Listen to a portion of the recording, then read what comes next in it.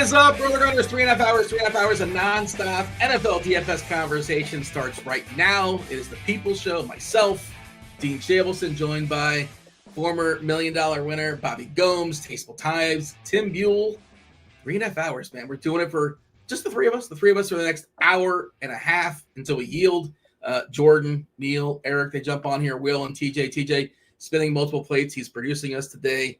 It is week 8. A lot of information is in. A lot of backup quarterbacks are in. Lamar Jackson is out. That definitely changed the slate. We thought that he was going to play.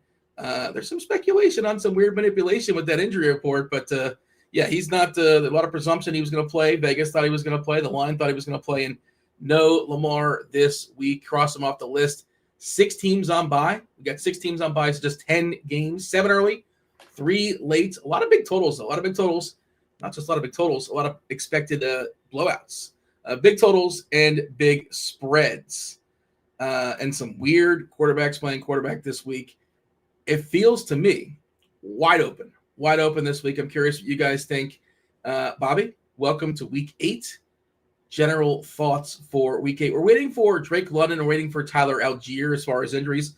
Those 2 players are currently questionable. A late ad for London taking on the Dolphins.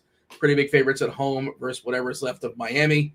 And Algier, kind of sort of somewhat of a sneaky, kind of one of the best backups in football. Interesting dart. You want to throw that today. If you want to, there's certainly an opportunity cost at running back today, but Algier can definitely be somebody that gets there against Miami. That's what we have right now as far as injuries. Everything else pretty clear. We'll have some things popping up throughout. And of course the actives and inactives come on at 11:30 for the early game. So Bobby, welcome. Good morning. General thoughts as far as this 10-gamer, which to me is the most wide open slate we've had this season. Maybe you feel otherwise. I think it's the most wide open slate, mainly because of the late news. But also I think it's going to be tough to really gauge ownership because there's so many guys with like the range of outcomes for so many different players is like all over the place. So I'm having trouble. You guys are more of the cash game. You guys kind of know like where it's supposed to be on. I'm having trouble just like gauging ownership correctly. I like Bijan. I like Jamar Chase. I think those guys really stood out as like the best plays in the slate. But now we're getting news where you're just taking Lamar out.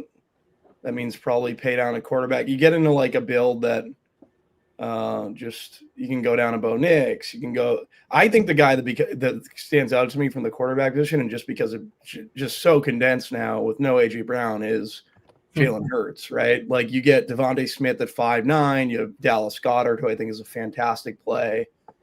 In single entry small field, I think people will probably go to Hurts or Bo Nix.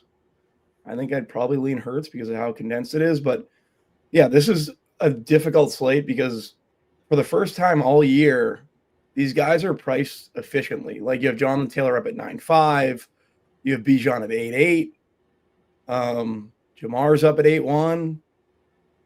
And I feel like prior to this week, we've been able to kind of manipulate the salary cap more and get the guys we want. And now it's like a lot tighter. It's National Tight End Week, getting a lot of double tight end builds. I don't know if you guys are getting them as well. We're starting the hype at National Tight End Week. We're doing it. We're doing it, yeah. It felt like it was last week. I think every tight end scored last week, but it's happening officially the third. I think it's the third Sunday in October. I think that's what it is. Is that the official? Yeah, it's this week, Dean. It's this week. Yeah. Does that change your projections? Have you factored that in? Last year, all the tight ends hit. I think there's something to it because the OCs might be like, yeah, let's just get – like Kittle didn't have a catch last week. Like he has some good blocks, but yeah. You know what I mean? Like you have Goddard, who projects really well, Dalton Schultz. And then you have like – I loved Isaiah Likely down at like 2.6 if Lamar played. Yeah. And I thought people would – be trying to get to Likely at least, but it seemed like they were going to play Mark Andrews. I thought Likely was a great pivot if Lamar was in. Yeah, now Lamar's out. You have Kirk Cousins who's starting now. You have Snoop Huntley. Paying down at quarterback, I think, will make sense for a lot of people getting up to the studs. But I think it's definitely one of the tougher weeks of the season for sure. It feels like week 18 almost with some of these names. I know Kirk Cousins sort of a retread here for Atlanta. Snoop Huntley. I was talking to Tim before the show about this, and I know Huntley is projecting in a fair bit of some optimals, and I just remember him with Miami, and he was so dreadful with Miami. It didn't seem like he could complete a pass. I know he can scoot. I know he can run. I know he's cheap, but I have a bias. And there's Flacco, who's one of the better quarterbacks probably in the slate. 20 quarterbacks are starting, 10-game slate. You can make an argument. I'm willing to roster probably 11 of these guys. It is there's many different routes. That's kind of the way I say it's pretty wide open this week. Because at least half these quarterbacks, I'm like, you squint, you can kind of tell a story. Even Justin Fields, you can tell a story. Against Cincinnati. He's probably only playing because Tyrod is not available. He's hurt. He's another guy that can scoot. The arm certainly in question, but Baltimore. The Bengals have given up a fair bit of points this season, but they are home favorites versus the putrid Jets, the winless Jets. Bringing in Tim, you want to give general thoughts as far as cash? I'm not playing cash today, but to me, it feels like a lot of tough decision points at cash. I built stuff just to kind of see what it would look like. And do you want to spend up on Jamar Chase, who had 23 targets last week? And Joe Flacco knows, that's the guy. Yeah, he's the best receiver in football. Yeah, I'll throw it to him every single time. Who cares? And the Jets, there's no Sauce. One guy that can cover 86 to Sauce because Gardner is not available for the Jets today. And then people are grouping CMC and Bijan as well as Jonathan Taylor together. And I get that, but I have CMC a tick behind just because of the matchup. Only one of those guys plays against the Dolphins. And Jonathan Taylor's would score 3 touchdowns 3 different times this year. Massive home favorite. That is the formula. Big team total. I think a team total about 30, the biggest team total on the board. Not going to besmirch CMC. Tougher matchup there versus Houston. I think he's more better suited for tournaments. Tim, good morning. General thoughts as far as cash games? Yeah, this feels like a really, really old school kind of week for cash games. I am going to be playing cash games, at least on DraftKings. I don't usually play cash on FanDuel, but this definitely feels like 7-8 years ago kind of cash game. Like you pay way down at quarterback, you're paying up for 1 or 2 elite running backs. I think you're right though, Dean. Like it also feels like this is a week that should be much later in the season, like week 17, week 18, something like that. Like there's just so many injuries. I was watching and reading content all week, and by Friday it's all irrelevant because there was so much news. You had to start over yesterday because there's so much stuff going on. So yeah, it's definitely going to be an interesting week in cash games. I don't think you're going any higher than Bo Nix in cash games on DraftKings. I don't think you're going to be spending any of your salary above the 6K spot. It's probably Spencer Rattler or Tyler Huntley, if I'm being honest. I'm starting out with Bo Nix as my cash game quarterback just because I always like to attack Dallas. But if you want to save the money, I think it's completely fine to go Rattler or Huntley. I saw a couple of people talking about Kirk Cousins. I don't think I want to play him in cash. Yeah, I'm not playing him in cash. I'd rather go to Rattler or Huntley. I'm fine if people want to get in some Atlanta stacks and GPPs or something like that. That's completely fine. But cash games, he's not currently a selection for me. And then running back is pretty difficult because we do have Jonathan Taylor, who is in the absolute best possible matchup against the Titans. He is 9,500 though, so he is, like Bobby said, priced correctly. So I it's going to be tough to get to him. And then of course Bijan's your first click, just to give you a shell core piece. I think Bijan pretty much has to be in your cash game stuff today. And then it's what do people want to do with Jamar Chase? Or do you want to pay it for another stud running back? Do you want to go double stud running back, or do you want to go one stud running back and that wide receiver 1 with Jamar Chase? I think it's pretty close, to be honest. I know Optimals really love Jamar Chase, and I certainly wouldn't fault anybody if they went that way. But that's gonna be a big decision in like single entry 3 max stuff today. Is like, do you want to go Bijan, Jonathan Taylor, and fade Jamar Chase, or do you want to just get one of those stud running backs? Like, I think that's a really huge decision point. And then I'm curious to see what people do with Derrick Henry and Rachaad White in the mid range, just because everybody was talking up Derrick Henry. He's projected for a ton of ownership.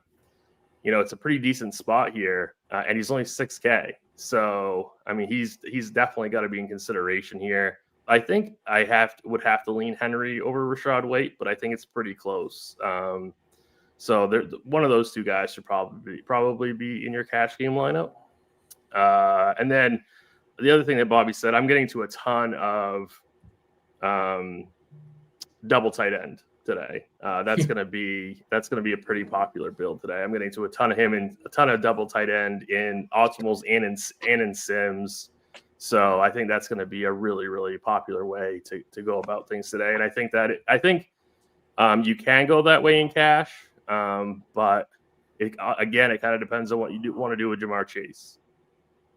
When you're getting the 2 tight ends, are you getting Taylor? 2 of the big running backs. You're getting Taylor and Bijan and Chase. Are you getting like 3? Are you getting 3 pieces like that? Is that that's what it gets you? I assume, or not necessarily. Well, not necessarily. I mean, you're getting Bijan and Jamar Chase, but then the wide receiver.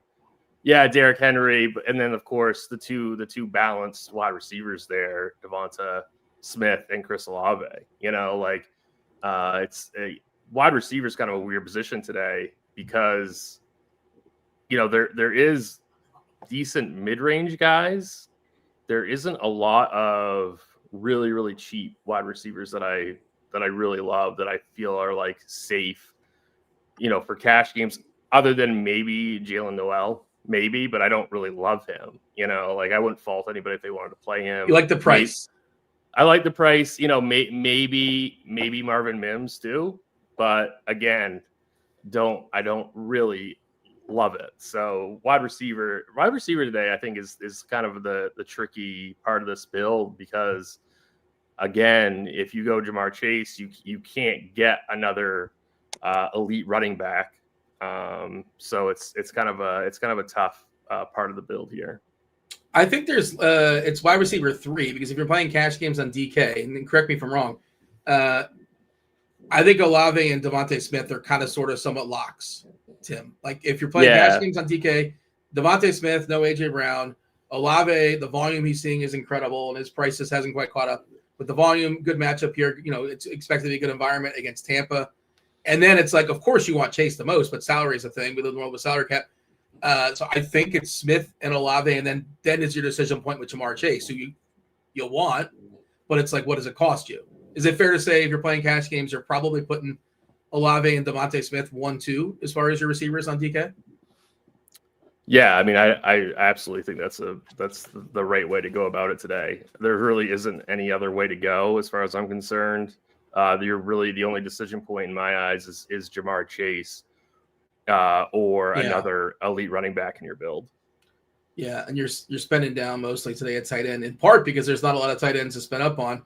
I saw McBride. McBride was tweeting out that it should be illegal to have a bye week, a national tight end week. He's kind of bummed out. He wanted to partake in national tight end week, but he's not available. 6 teams on bye. You wanted to not score touchdowns on national tight end week? Everybody, like you said, the offensive coordinators, according to Bobby, are factoring in. Well, we're at the 5. It is nice. I do kind of want to throw the Jamar Chase. However, he's not a tight end. So we should throw it to who's Cincinnati's tight end these days, because they've had some injuries. Is it Noah Fant? Noah Fant, yeah. Get excited about Noah Fant. Mason Taylor on the other side of the game, incidentally, expected to play. I'm not sure if he's 100% or not, but he's expected to give it a go. Keeping an eye on the socials on Twitter, trying to see if we get information when it comes to Atlanta. That's the one that's most questionable right now, with Algiers questionable, London a late ad. We'll keep an eye on that. I do want to say what's up to chat. We've not officially said hello to chat. Hey, chat, hit that like button and subscribe. Turn on those notifications as well, so you know when we go live. We do basketball shows too. We were fired up. That's a reason why we were a couple minutes late. We're talking about basketball. We got excited about talking about Wemby, and inevitably, of course, the conversation goes to Jordan and LeBron. Yeah, throughout the week, join us talking basketball, 5 o'clock on the East Coast, typically, depending on when slates start. Also, it is a Superstar Sunday. My first time saying this. Producer TJ is going to scroll today's first word. Tell me what superstar I'm talking about, and you get yourself a week free of RotoGrinders Premium. The first word. Now, if you guys, Tim, I always tell you, Bobby, I know you guys are really good at this game. If you happen to know the answer, please just put it in our private chat. Do not spoil it for everybody else. Just let me know who you guys think today's superstar is. The first clue is HOF. I wonder what that means in capital letters. The Discord channel is where you give me the answer. RotoGrinders.com/Discord, the live stream chat channel. If you're the first person to tell me what superstar I'm talking about, you get yourself a week free of RotoGrinders Premium football, baseball, basketball, hockey, all the goods. Who? Chad Johnson. Oh, wait, is Chad Johnson a superstar? Chad Johnson's not a Hall of Famer. I'm just trying to think about how you're. But he's not a Hall of Famer, right there. He's the jacket that said HOF on it. Well, in his own personal Hall of Fame. That's right. Yeah. It was future Hall of Famer, right? Yeah, that's a good point. He did, yeah. I don't think he's not there. I don't think he's there. I don't think he ever will be. He wasn't. I think he is a Hall of Famer, to be perfectly honest. But I don't think he was good enough long enough. I think that's his issue. They're kind of sticklers in the NFL Hall of Fame. You got to have some longevity, unless you're just incredible for 5 or 6 years or so. Some guesses coming through here in the Discord channel. It's not Joe Carter. Shout out to the Blue Jays. I know producer TJ is excited about that, or Dirk Nowitzki, or Emmitt Smith, or Cal Ripken Jr. But yeah, at least some legitimate Hall of Famers are coming on through. Anything else you want to say before we fully dive in, Tim? Is there anything else you want to note as far as the slates? Anything you think is worth pointing out? 7 games early, 3 games late. Biggest total on the board is Dallas and Denver, 51.5. That is in the late slate, as well as the biggest projected blowout, Tennessee and Indianapolis. I was trying to think about, backloading. And I think the Tampa Bay Saints game is really interesting. We were also talking about this on pre-show. We both got to like some Spencer Rattler. I don't know if like's the right word, but I like what he does for my lineups. So I think I'm going to, at least when I was making my FanDuel lineups, Spencer Rattler is currently in my main FanDuel lineup, which I don't know if that's comfortable or not, but that's where we're at. Anything else we should point out here, Tim, as far as the general overview before we fully dive on in and do some tiers? No, I think we're good to go to the tiers, Dean. Bobby, you got anything else you want to say, big picture, or shall we just talk about some tiers? Let's go to tiers. I'm ready to beat Tim. First time all year.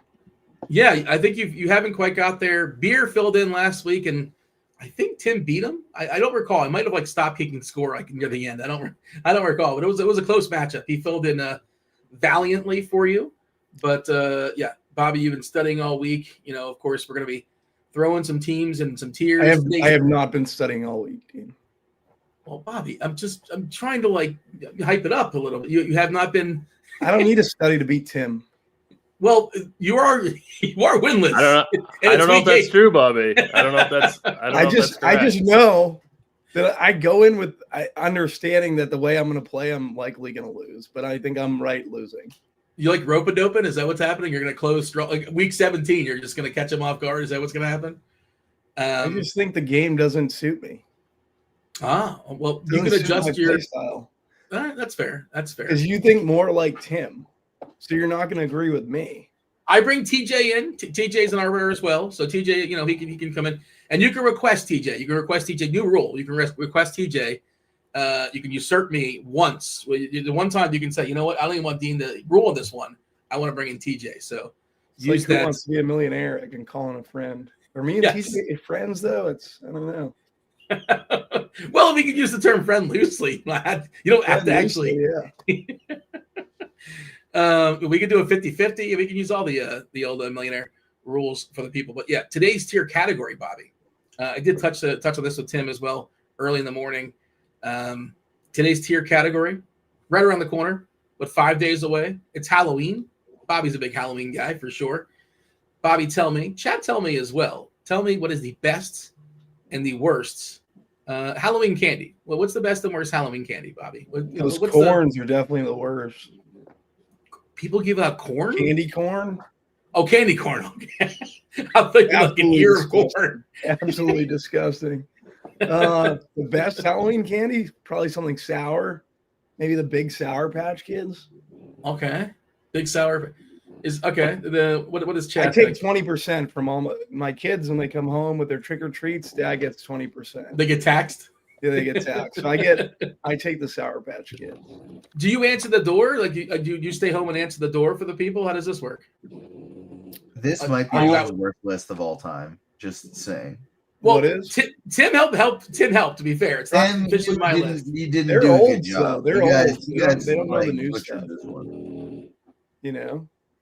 I'm curious to hear what TJ's gripe is about our list, but let's see. Snickers getting some love there in chat. Warheads, Twix, Kit Kat. Aaron knows where it's at. Aaron knows the number one candy on the board, and I'm curious to hear what TJ's issue is because TJ must be a big coconut guy because coconut caught some shrapnel. But Tim, I wheeled you on this one, and we actually did put candy corn in the middle, which maybe that's what TJ's big issue is. We're going to reveal the board now. I had it lower, and then I texted Tim this morning. I said, there was no hello, no pleasantries. I just said, like, what's the most mid-Halloween candy? And you said candy corn. I'm like, okay. A lot of people like Bobby have a strong reaction. This is the worst list I've ever seen in my life. There's nothing on there that's appealing to me. I don't even like Reese's peanut butter cups. Never. Well, that's a terrible. You understand? That's a terrible take. You're going to lose on that. When I was younger, that's a pretty bad one. That's a bad take, Bobby. Yeah. If you want to come at candy corn, fine. I hear you. If you want to come at mounds, of course you should. It's in the 5-hole. And if you don't know about mounds is like almond joy, but worse. They don't even give you the nut. Mounds is just straight coconut. It's all terrible. So yeah, mounds in the 5-hole. Reese's peanut butter cup. That's the chalk. I mean, what are we even talking about? Butterfinger, pretty solid. Tim told me that candy corn's the most mid candy, so I'm like, okay. And then the 4-hole Tootsie Rolls are just terrible. They're awful. Look like little turds. They taste just like that, I imagine. But I can't say. You can't trust people that give out bad candy on Halloween. I feel like Dean's a guy who you're going to. That's a good take, Bobby. Right there. That's a very Bobby. You totally redeemed yourself. That it actually is a good take. No, but you got to hear it from. I feel like if my kids knocked on Dean's door, he'd come out with like Tootsie Rolls and candy corn. And no, I leave a bucket outside, and here's a bunch of Reese's, and have at it. Enjoy yourself. You know, you don't even go to the door, Dean. You're the bucket outside guy. Yeah, I don't trust the bucket outside guy. I don't trust that. The kids don't. It's all transactional. The kids don't really. They just want the candy. I'm just cutting out the middleman. I'm saving them time. People hates people. Dean. No, I'm helping. I'm doing the kids a favor. I'm saving them time. It's making their trip more efficient. You're welcome, kids. Like, is that weird? I think it's much easier. And I don't have a sign. Are you dressing up? Are you going to dress up in your house by yourself? For who? Who am I dressing up for? Hey, if you're on amusement. Are you dressing up? I'm being Iron Man. Yeah, my kid's Spider-Man. He actually asked me the other day. He said, I don't want to be Robert anymore. I want you to call me Spider-Man. So I've been calling him Spider-Man. That's great. We got to get some pictures of this, Bobby. I'm this will be documented. Tim, are you dressing up? I'm not. No. And what do you give out to the kids? We don't have trick or treaters this year because of the new house I moved into. We don't get trick or treaters. Previous houses, what would you give out? Pennies? Full size candy bars or full size Reese's peanut butter cups. Yeah, I always give out full size like Snickers, Milky Ways, Reese's peanut butter cups, things like that. TJ, what was your major gripe? You said you hate this list. What's your issue here? It's awful. Everything about 3 is just absolutely crazy. Like, put candy corn at 5. You don't have to include mounds on the list. Who's getting mounds at Halloween? Drop candy corn all the way to the bottom, easy. And going 2 peanut butter based ones at 1 and 2, that's just too much. If you're gonna go Reese peanut butter cups number 1, why is Butterfinger number 2? Who gets Butterfingers? Put something. You're against Butterfingers? I'm not. I'm I have not thought of Butterfingers once in my life, and so get your They don't have those in Canada. Get some more they variety stink. on They're there. Don't terrible. have two that are almost the same thing but in a different form. Get yourself some variety at 2. Bump candy going to the bottom and get something a little nicer at 3. Okay. What would you put in 2? Maybe like a Kit Kat or a Mars. Okay. Kit Kat at 2. Come on, like dude. chocolate? Do you not like chocolate? I like chocolate. My favorite chocolate would be a Cadbury bar. You know. Ooh, something like a Twix. Nobody gets a Perez. Cadbury bar for Halloween though. I don't think it's a thing. Call. I think if I went to a door and they gave me a Cadbury bar as a kid, I'd be pretty happy with getting my Cadbury bar. But they don't. That's not a thing. That's not an option. Candies, and he gave me a Cadbury bar. I'm in. You know. Justin in chat said, "Get that coconut for next year." Justin in chat said, "Get that coconut crap out of here, TJ." I have not mentioned a single thing with coconut. Well, he's talking about mounds. Yeah, well, he's saying that's the reason why, because that's a landmine. You don't want that. And then there's no nut to kind of make it a little better. Bump it up. I'm saying take it off the list. All right, let's knock out our tiers. Let's go as far as our game by game. Giants, Eagles, 43.5 total. Eagles are 8-point favorites at home. This is a rematch of a game that played 3 weeks ago. We talked about A.J. Brown being out today. Revenge game for Saquon. He wasn't vengeful the first time around. Didn't really work out. I think they were chasing a little bit for what it's worth. He only got like 12 carries or so. They were playing from behind. But we had the coin toss backstage. Tim won the coin toss. Tim's going to go first. See the favoritism? There was no coin toss backstage. The favoritism was unbelievable. You weren't here for it. Yeah. It's on the up and up. It's like the NBA draft lottery. I trust you guys. Tim is going to go first. Giants, Eagles, set the board. Yeah, so definitely a team that we can target, or a game that we can target for GPPs. We saw this Giants team beat this Eagles team on a Thursday night game a couple weeks ago. So the Eagles should be out for revenge here. I think Saquon Barkley is a really, really strong GPP play. I think he might even be a little bit of leverage off of Devonta Smith, who's obviously a fantastic play in all formats this week. So this game is definitely a game that we can target. I think Jackson Dart is actually a pretty interesting GPP play today at 5,500. Like Joe Flacco right there in that same pricing tier that I think are going to play. People are going to play. He's only $500 less than Bo Nix, who's going to be the chalk QB. Jackson Dart can do a lot of things with his legs here, so I don't hate Jackson Dart, and I think you could play him naked here even. So I don't mind this game. I think this game's got some pieces in it here that we can play. Obviously, Dallas Goedert to Jalen Hurts doubles I think are going to be pretty popular, and I think they're pretty strong plays. So I'm going to put the Eagles in the Butterfinger tier. And I'm going to go Giants. I think I'm going to put Giants in candy corn. All right. So Giants in tier number 3, candy corn. And we have the Eagles in Butterfinger. Bobby, do we agree? Do we disagree? Any issues here with how Tim set the board? We have some disagreements. Eagles. I like the Eagles and Reese's peanut butter cups. Basically, you get Dallas Goedert, who I think is the best tight end play on the slate. Very strong value with A.J. Brown out and Devonta Smith. And I really like Jalen Hurts stacks today. So Eagles going to make Reese's peanut butter cups for me, and then the Giants are going to drop down to Tootsie Roll. Jackson Dart's probably if I was going to play him, I'd probably only play him naked. I don't really love much on the Giants side. Yeah, I'm more just team play the Eagles. As much as I don't like the idea of saying this, Bobby, I agree with both of these maneuvers. I don't really know how to play the Giants outside of playing Dart, a la carte. It's kind of an issue with the slate, and you'll see. We'll talk about it. There's some big totals, but a lot of big spreads.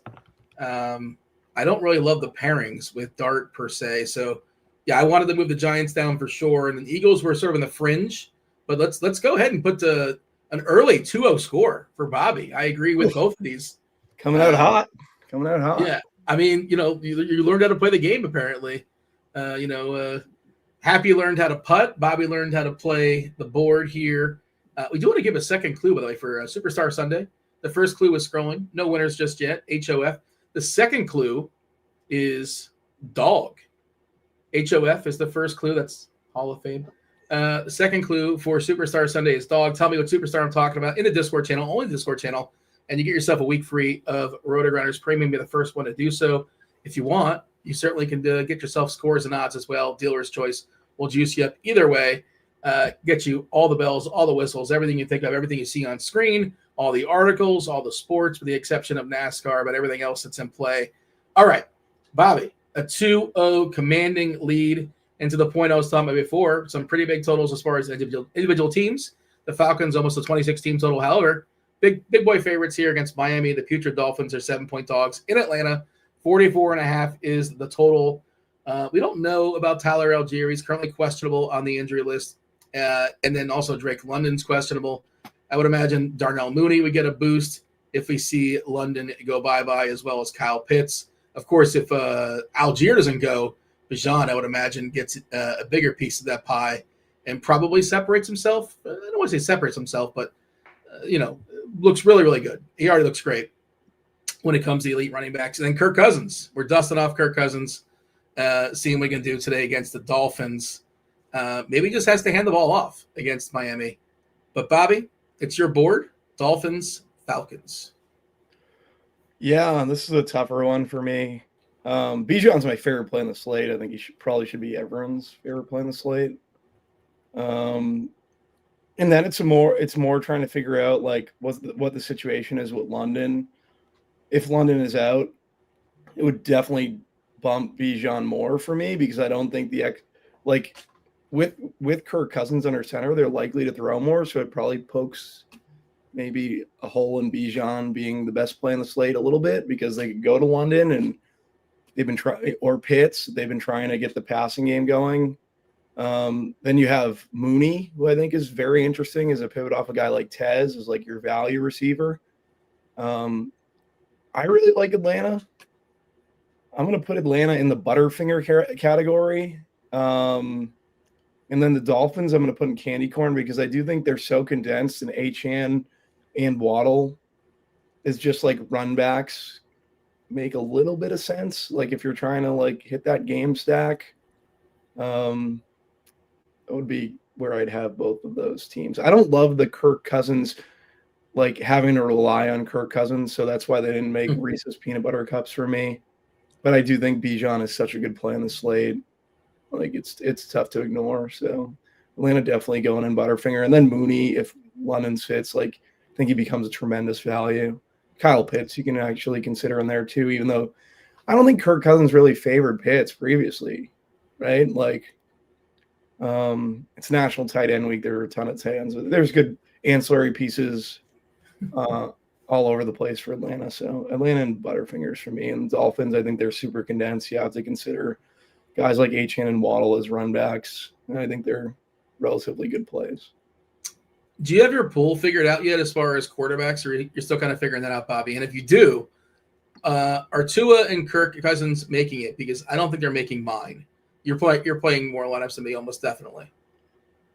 Kirk's going to make it. Tua's going to get cut. Like, I can't play Tua in this state. I don't know. Like, the Dolphins are just in such disarray. But I think that two constants for the Dolphins are Achane and Waddle. So they'll definitely make my pool. I agree with you on that. I think if you're running back, those are the clear and obvious guys.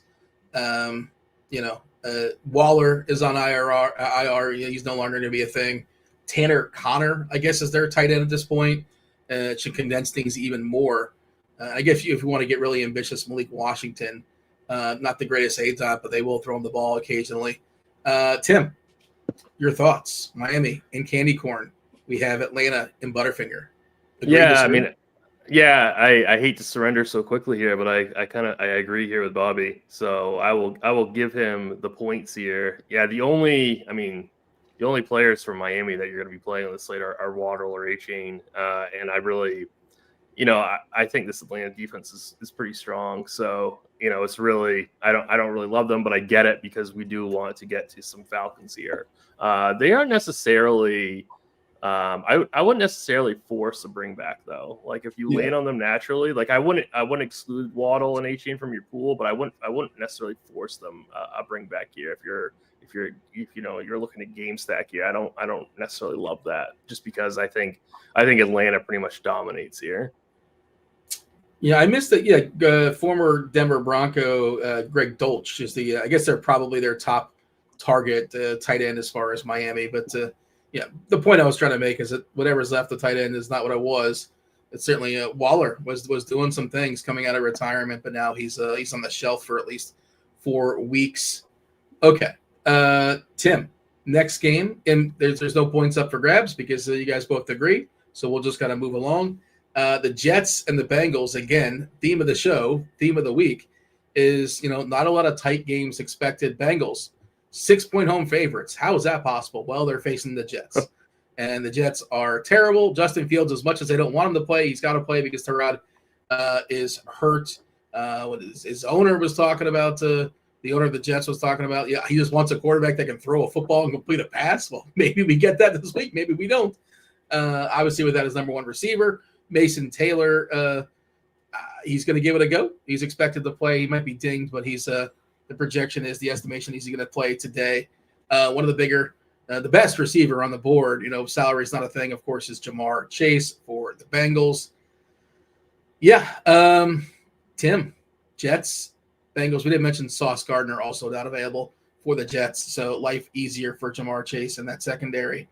Where do you want to put the New York Jets, the Cincinnati Bengals? Yeah, so the Jets are pretty easy for me. They're going right in the mounds tier. I really don't want to get any exposure to them. Like I guess you could keep Breece Hall in your player pool if you're building out, a 150 set, but even then I wouldn't be afraid to just exclude this entire team. So I mean I'm not getting to any of them in any of my builds right now. So they're going straight in the mounds. Bengals, pretty tough team to rate here just because I don't think they're going to get pushed at all. But I think you have to have some interest. Obviously, you're going to have a ton of interest in Jamar Chase. Chase Brown, I think, is a really, really solid play for GPPs at only 5,400. So I do like him quite a bit. You could conceivably play some Flacco doubles here. Maybe do like a T. Higgins, Jamar Chase way of getting contrarian.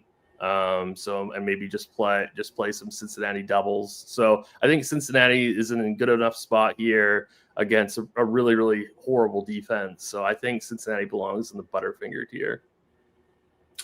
Cincinnati in tier 2, Butterfinger. The Jets hanging out with the coconut there at Mounds in tier 5. What say you, Bobby? So this is where I usually lose the game. I agree with Tim on the Bengals. I really do. Like Chase, both Chases, really strong plays. T. Higgins, Flacco, they make sense. Are they going to get pushed? Who knows? What I would disagree with is the Jets.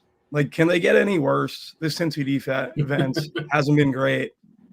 I made a mistake on playing Fields on one of my higher entry I just ran out of time pretty much, and Fields ended up on one of my teams, and I was like kicking myself immediately last week, and he was awful. But it is Cincinnati. Mason Taylor, National Tight End Week. Cincinnati's going to give it tight ends, DVP. He's been a little banged up, but I like him. So for the pricing, just to save up to get to guys like Bijan and Chase, I can't believe we're going to put the Jets in Tootsie Roll. Mason Taylor and Fields, I do think, are somewhat in play. I don't want to get to a lot of Fields, but Mason Taylor I do want to get to a little bit. So especially if you're running double tight end. So Tootsie Roll for the Jets for me. Yes, this is like the tricky thing because large field stuff, I love the argument and not beyond. Like you say, play Fields by himself or play Fields with Taylor or Taylor by himself. I can't imagine getting to, Lazard or any of that nonsense. I guess you can make an argument for Breece Hall, who's expected Breece, to play, I right? think Breece is actually pretty interesting because Breece was chalky last week. Yeah, weirdly chalky, and obviously he busted. Like, I obviously would have preferred Tyrod being back there with him, but I think Breece is a better play than like, I don't mind Breece, right?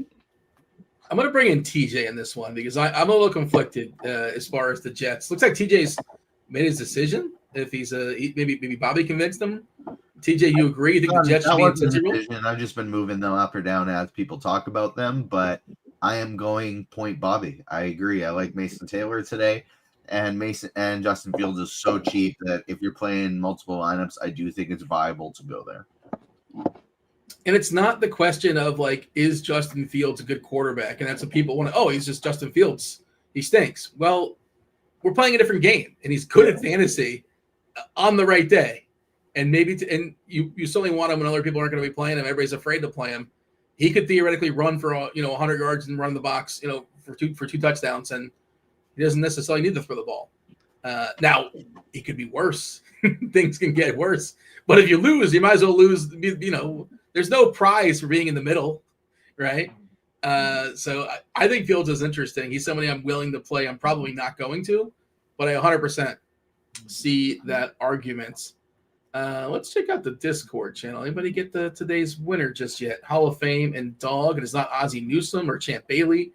Of course, somebody said Michael Vick. Michael Vick, not a Hall of Famer. Joe Thomas or Herschel Walker, John Stockton, which is weird because we mentioned John Stockton pre-show. Not Ray Lewis, but maybe a third clue. Maybe a third clue would get people there. Hall of Fame, Dog, third clue for today's Superstar Sunday. Let me consult my list. Gray is the third clue. Hall of Fame, Dog, and Gray. Get in that Discord. Get yourself a week free of RG Premium. All right, Bobby, you are up next. A game that's expected to be close. Would have been a bigger spread if Lamar Jackson was going to play. He's not going to play. Baltimore back from their bye, getting healthier as far as defense. Not going to be as it was to start the season. Some guys are out for the year, but the defense is getting healthier. We have Derrick Henry as cheap as he's been on DK specifically in the last, 5 or 6 years. Still min 6K. Now he needs a certain setup. He's got to be a home favorite typically. He's got to be ahead playing catch up, not necessarily his game because he will see the sidelines, and Justin Hill will jump in there for playing some catch up. Zay Flowers, also another guy, looked spectacular earlier in the week, assuming that Lamar was throwing the ball. Now it's going to be Snoop Tyler Huntley. And I just have a bias against Huntley because he was so terrible last time we saw them with Miami. It was so dreadful. Maybe it'll be okay. And he's another guy that can just run. He can run and get you there that way. But, Bobby, it's your board. The Bears, they are 3-point dogs at Baltimore. Baltimore in dire need of a W. Where do you want to put the Ravens and the Bears? Yeah, Ravens are going to go in Butterfinger for me, mainly because of Huntley's price. And his weapons, like now, I feel like with him starting, a guy like Zay Flowers, who's going to be pretty popular, he's going to lose ownership and probably someone I want to be over the field on just because I do think he's still somewhat of a value. They do spread it out a lot. Mark Andrews. Isaiah Likely down at 2.6 I thought was a fantastic play if Lamar had played and Mark Andrews. What position does he play, Bobby? Likely? Yeah. He plays tight end, receiver. Is there any sort of celebration to celebrate players like Isaiah Likely this week? There is a celebration. Yeah, it's National Tight End Week. Okay. He's also from Everett, Mass. So shout out to Everett. My girlfriend's uncle was the coach there. They're the best team in the state for like years when he coached. Okay. He didn't coach Likely though. Likely was afterwards. Yeah. So just for the price, I think you can put Baltimore there. Chicago's a tough one. Don't really believe in Caleb at this point. Baltimore's defense has been terrible. Odunze would probably be my favorite stacking option, but they're probably Tootsie Roll for me and not the team that I'm really looking to get to. Outside of Odunze and Caleb, guess you can throw DJ Moore in there just because the pass defense for Baltimore has been pretty horrific with all their injuries. Henry was someone that I think everyone was going to be overweight on. I'm likely going to be underweight on Henry in this scenario now. Do I not see the Bears on the board? Did you declare where the Bears are going? Tootsie Roll. Tootsie Roll. So Baltimore in tier 2 for Butterfinger, tier 4, the Bears. Tim, you're down 3-0, Tim. Just I don't know saying you hit the panic button just yet. You might have to make some moves at some point. Yeah, so I mean, obviously, Derrick Henry is a fine play. Tyler Huntley for his price is obviously fine as well. I don't really like any of the pairing partners with Huntley though, so I'm just going to bring Baltimore down a tier to candy corn. Like, I mean, it's fine. Like I said, if you want to play Derrick Henry, I think that's fantastic. But I mean, other than that, I don't have a ton of interest in this offense. On the Bear side, I'm fine with them in Tootsie Roll. That's where I would put them. Don't forget about Colston Loveland, though, at 3K. I think Cole Kmet has been ruled out.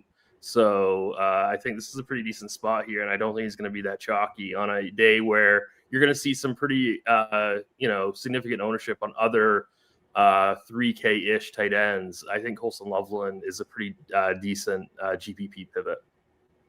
Yeah, Kmet officially is ruled out. I'm going to agree with you as far as moving Baltimore down. And again, I don't really trust Snoop Huntley. It's just sort of, and that's just me. I understand he's like projecting to hit some cash game lineups. I don't think I'm playing him at all. I'm pretty sure I'm not playing him at all. But what's the difference between Huntley and Fields? If we're just playing for, besides the ownership, which will be distinctly different. $1,000. Okay. Yeah, but yeah, I guess so. And I think salary matters. Someone said we should poll the audience as one of the things, so you can make like a "Who Wants to Be a Millionaire" thing. And I would like to poll the audience on this first. I would love it too. I just don't know if we can get a quick enough, response in order to keep the show moving. But I do like that in theory.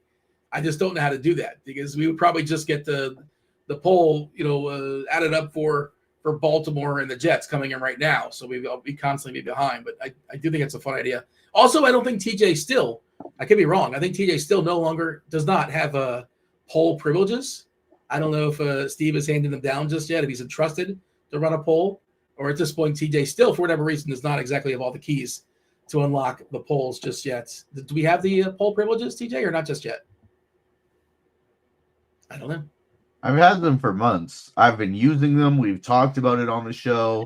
We've had Dean just doesn't pay attention. You know what it is with Dean? He's What's like that? the center figure of like DFS hosts. Like they'll say he's on the Mount Rushmore of analysts and hosts. He's the number one guy. He just gets caught in his own world and doesn't pay attention to what the others are doing, Too big for my own britches. Is that what that means? Yeah. I don't know what that's saying. I've heard that saying before. Bobby, during our showdown show or during our Grinders Live yesterday, I asked you like 7 questions and then you just answered something totally different.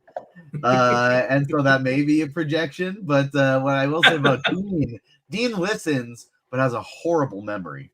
Dean doesn't remember shit. We'll have full conversations on a show that he's the active part of. I think the reason I think I answered something totally different was because the projections changed, right? Wasn't it NBA? Yeah, but I'd be like, what do you think about these cheap guys down here? And then you were like, Karl Anthony Towns, I'd play him. I'm like, what? Well, Bobby's too busy reading chat. He can't multitask. He always doesn't know what's going on. If you ask my girlfriend, she'll tell you. Not great at it. I mean, we'll just take your word for it. All right, let's move along. Bobby's up 3-1. I'm trying to remember now. I believe that was who's going first now. You think I was just called out for having a bad memory, and now I go first here. That's what I thought. Okay. San Fran at Houston, 41.5 is the total. Houston, I think this is just the lowest total on the board. I talk about this all the time. Houston is a terrible offensive line, so they're not fun to play as far as offensive perspective. And their defensive line is really, really good, so they're not fun to pick on. Receiving wise, we're going to talk about Jalen Noel because he's kind of sort of, I don't want to say last man standing, but Noel, Hutchinson, Higgins are kind of sort of somewhat the same. Noel projects the best, I believe. Dalton Schultz probably going to get the biggest bump in the absence of Nico Collins. Kirk also, of course, he's not available. He hasn't been available basically all season long. They're really, really cheap. Like if you want to play Stroud with a couple of his weapons, like it helps you get players you actually like. If you want to like pair Stroud with Schultz and Knoll, again, Higgins, Hutchinson. I think Knoll was actually drafted behind Higgins. Higgins, I think, was picked ahead of him, but Knoll seems to have jumped him. On the other side, CMC, he might touch the ball 30 times. Not the greatest matchup, but he's kind of sort of somewhat matchup proof. George Kittle, you want to make the national tight end angle. Kittle came back last week. You did not see it in the box score. You saw as far as the running game, he significantly helps out. Great blocker, so he helped out CMC. He had several targets, maybe 3 or 4, but none that were completed. Tim, the Niners and the Texans, lowest total on the board, but expected to be close if nothing else. Yeah, I mean, this is definitely a game that you're going to be wanting getting pieces of in your player exposures, but in terms of stacking, I think this game is pretty dreadful. Like when I was talking about cash games at the beginning of the show, and we're talking about Jalen Noel and of course Dalton Schultz, but the problem is like I don't think I'd want to play both of these guys together on the same team, and like I don't really have any interest in CJ Stroud without his 2 best wide receivers, so like that kind of takes him off the board. I don't really have any interest in this Houston backfield, so that takes them off the board for me. So like, yeah, I think you can play one-offs, obviously, of guys like Jalen Noel and Dalton Schultz, but like I don't have any interest. I'd be keeping those guys separately unless you feel differently about CJ Stroud. But I mean, I really don't like the spot here, so I'm going to put the Texans in the Tootsie Roll tier. And then the 49ers, I mean, CMC is going to be lower owned than guys like Jonathan Taylor and Bijan Robinson. He is matchup proof. And, George Kittle, with, tight end week here, I think is okay. I'm going to put them also in the Tootsie Roll tier just because I don't have any interest in stacking here at all. Bobby, both teams in the 4 hole. What say you? Any issues? So San Fran, I think you can bump up to candy corn. I'm probably going to be under on CMC. Just prefer Bijan. Getting to guys like Chase, so definitely going to be under on CMC. I do think Kittle, after getting no catches last week, National Tight End Day, little signal there, right? Little signal. Kittle getting the box this week. Candy corn. Those are like my 2 favorite San Fran pieces. You could throw the 49ers defense. But are you playing Mac Jones? I'm not playing Mac Jones because I don't know. I don't know how good the value projects really well for the Texans. A guy like Schultz, there are a million tight ends. Noel, but now like Mooney, if London's out, Mooney's in the mix there. Tez Johnson, I think I like better than Noel too. Not that I hate Noel. I'll probably be over the field on him because he's cheap and it's easy as like a third receiver in. But yeah, so I'm gonna also the other thing is like I don't want to play CJ Stroud, but if you play CJ Stroud, Noel, and Schultz, you can get to freeze up a lot of stuff. Players right? you actually like. Yeah. Yeah, you can build some teams that look good. But I will say this. CJ Stroud, like the deep dive. Stinks. His offensive line stinks. And Dean, I do not to butter up the host or anything to get points here, but he's right. Like, they're a tough team to stack. I think Houston can go in candy corn just because of the value of the ancillary pieces, but I don't love them. They'd be on the fringe of candy corn. Yeah, and that's right where I have both teams. Yeah, I agree with Tim on both. I think both are on Tootsie Roll. Come on, dude. Yeah, you just gave up 2 points. I mean, like, I'm not playing Mac Jones. If you want to play CMC, if you want to play Kittle, sure. I think both those guys are interesting individual pieces. This, to me, is one of my least favorite games on the board. I don't like messing with Texans games. Don't mess with Texas. Don't mess with Texan games because, again, their offense is inept because their line stinks, and their defense is really good, especially the front seven. So teams tend to not move the ball against them. So they're just their games are not fantasy friendly. Just that's it. I will play some Knoll, I'm sure, just because he's super cheap and there's opportunity. And I like Schultz, but I need a challenge here. I need a challenge. Okay. Yeah. Okay. You're supposed to use the challenge before. Okay. Yeah. Okay. I was beforehand before I make the ruling, but if you want to bring in TJ, we can bring in TJ. Yeah. TJ, what do you got? The challenge comes after you make the ruling because otherwise it's not a challenge play. There's it's got to be after you make the call. Bobby wins the challenge on the Houston Texans. They're getting bumped up to candy corn. Dean, I do agree with everything you said. Like, they're not fantasy friendly games. They don't look good, but I don't think it matters because of how cheap they are. If you play Stroud with Schultz and Noel, and even if you throw in Higgins, then you can play Christian McCaffrey, Jonathan Taylor, and Bijan Robinson all in the same lineup, or you play Jamar Chase there, and you can play Rachaad White as one of your running backs, something like that. It's not really about the stack themselves; it's what you can do with them. So that I think they gotta be bumped up. Speaking of not listening, both Bobby and TJ have heard me say Jalen Noel multiple times, but they insist on saying Jalen Noel. It is not Noel. It's Jalen Noel, but in my brain, Noel just always pops up. Like that's everyone calls Bijan. I gotta constantly try and fix it each time I say it because like Noel is the natural thing that comes out, and so I got like maybe it's because of Nerwins, but I do know that it's Noel. Yeah, well, Nerwins Noel. I haven't thought about him in forever. Broccoli Boy's back in chat again this week. I just noticed. Nice. How's Broccoli doing? Is he doing all right? At some I feel like was he here with us last week? I'm not sure, but he's making a ruling as far as how the challenge flag works. But my official score now is Bobby after the challenge was a split. Tim is down 4-2. Bobby, you're gonna set the board. Oh, we got a winner. By the way, for Superstar Sunday. Shout out in the Discord channel to Jay Mammon. 3 clues in. We'll drop the remaining clues just for funsies. 4th clue was space, but Jay Mammon took it down for today's Superstar.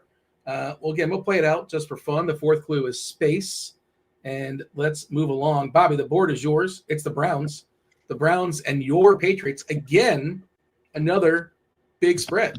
Patriots are 7-point favorites here at home. The Browns barely a 17-point team total, actually less. I don't know how much Drake May is going to be asked to do today. I like Drake May plenty. Just how much will Cleveland push him is kind of the question here. Bobby, you tell me. Browns, Patriots, 40.5 total. One of the lowest totals on the board. New England 7-point favorites. What do you got? Cleveland in the Mounds category. Like just very little interest in Cleveland at all. Jerry Jeudy, if you want to just burn money, is someone who's projecting well at 4,100. He's in a range as like a number 1 receiver that is for like your 3rd receiver in terms of pricing. I think he's fine. Harold Fannin, everyone's favorite best ball guy. Best ball touts. So someone had a really good rant about best ball touts the other day. I forget what show I was watching. They loved him, I'm sure. Yeah. Fannin, I think he's okay. I think Judkins, they're going to ask him to run the ball here a ton. And while I don't think he'll be successful at it, I think that it's going to kill Drake May stacks, right? Because they're just – Cleveland can – like they beat Green Bay earlier in the year. They play ball control. Like for me, the Patriots aren't going to be high on my list. I'll put the Patriots in Tootsie Roll. I think you could play Hunter Henry on National Tight End Day. You can play Drake May stacks, but I just don't think these stacks have much of a ceiling. Stephon Diggs, etc. So you can get to these guys, but I think you're going to be losing at the end of the day if you play Patriots stacks. Can you tell me this, Bobby, on National Tight End Day? Can you tell me like 2 or 3 tight ends you don't like? Any tight ends you don't like in this slate? I actually can do that for you, Dean. I can do that. So I feel like you've hit every tight end. So Evan Ingram, I have no interest in. Okay. Jake Ferguson at 6K, I have zero interest in. Like Dallas in general, I'm not like they're too priced up for. I want to get to these other guys unless I play them as a full stack. Like that's the only way it's going to work. And then I'm playing them as a full stack into like the best defense in the league, I guess, in Denver. What other tight ends don't I like?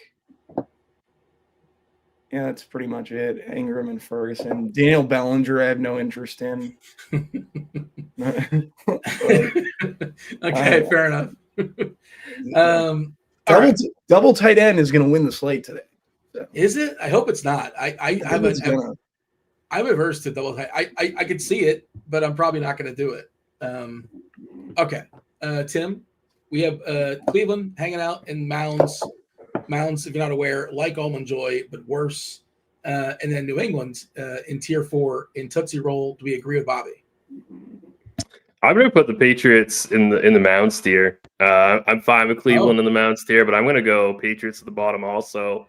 I don't really have a lot. I just don't have interest in this game. I suppose due to the price, Jerry Jeudy's okay at 4,100, but on the Pat side, this game has a 40 implied, total. It's just not a game that I really want to get any exposure to. So, the Browns have a pretty decent rush defense. So, I'm not going to be playing Ramondre Stevenson. I don't really want to play Drake May naked. I'm not pairing him with Diggs. I'm just not getting any exposure here. So I'm glad to put both these teams in the Mounds tier.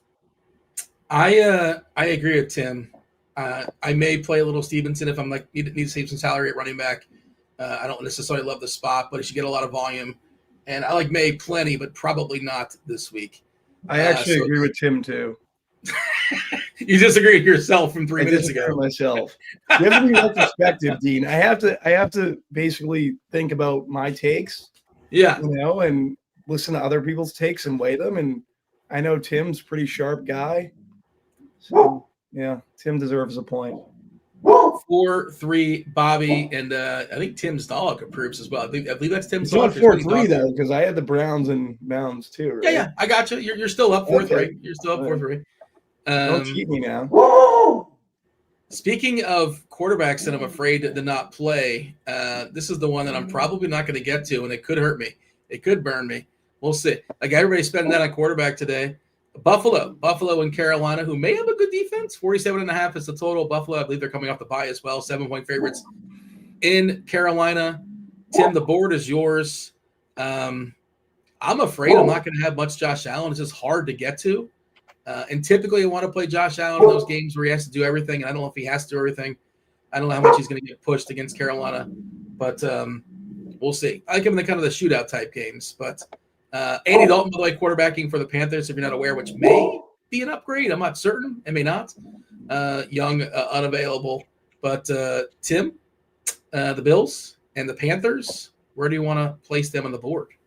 Yeah, Buffalo's a weird team because they have close to a 28 implied team total here, but I really just not getting to any of them. Josh Allen at 7,500. Yeah, that's fine. Like he could absolutely go ham here, but this game projects to be like an incredibly slow-paced game. I think both of these teams are at the bottom of Cardi's blitz projection system and the game level factors. So this game's going to be very, very slow-paced. So just due to Josh Allen's talent level, I'm going to have to put the Bills in Tootsie Roll, but I don't really love it here. I'm not pairing it with anybody. I'm hoping he just, maybe rushes in a couple touchdowns and can get there that way, but I don't love it. And then Carolina for me, with Andy Dalton at the helm and that split backfield, I don't really like anything here. I think I'm going to put Carolina in the Mounds tier. Carolina in Mounds, and where did Buffalo officially go? Were they Tootsie Roll? I don't remember. Tootsie Roll. That's what I thought. Okay, I was looking at the board. Tim, what has your dog all fired up? Is there something going? Is there something else in the room? No. I think there's a couple deer out in the lawn, so I'm going to have to mute my mic here real quick. You got deer on the lawn. You live in Maine when there's deer on the lawn. There's deer on the lawn. I didn't know Maine was a place for deer. I've never been. You don't. Have you ever been north of Virginia, Dean? Yeah, I've been to New York. I've been to Boston. Yeah, I've been to the cities. When have you been to Boston? Several times. Yeah, I've been to Toronto.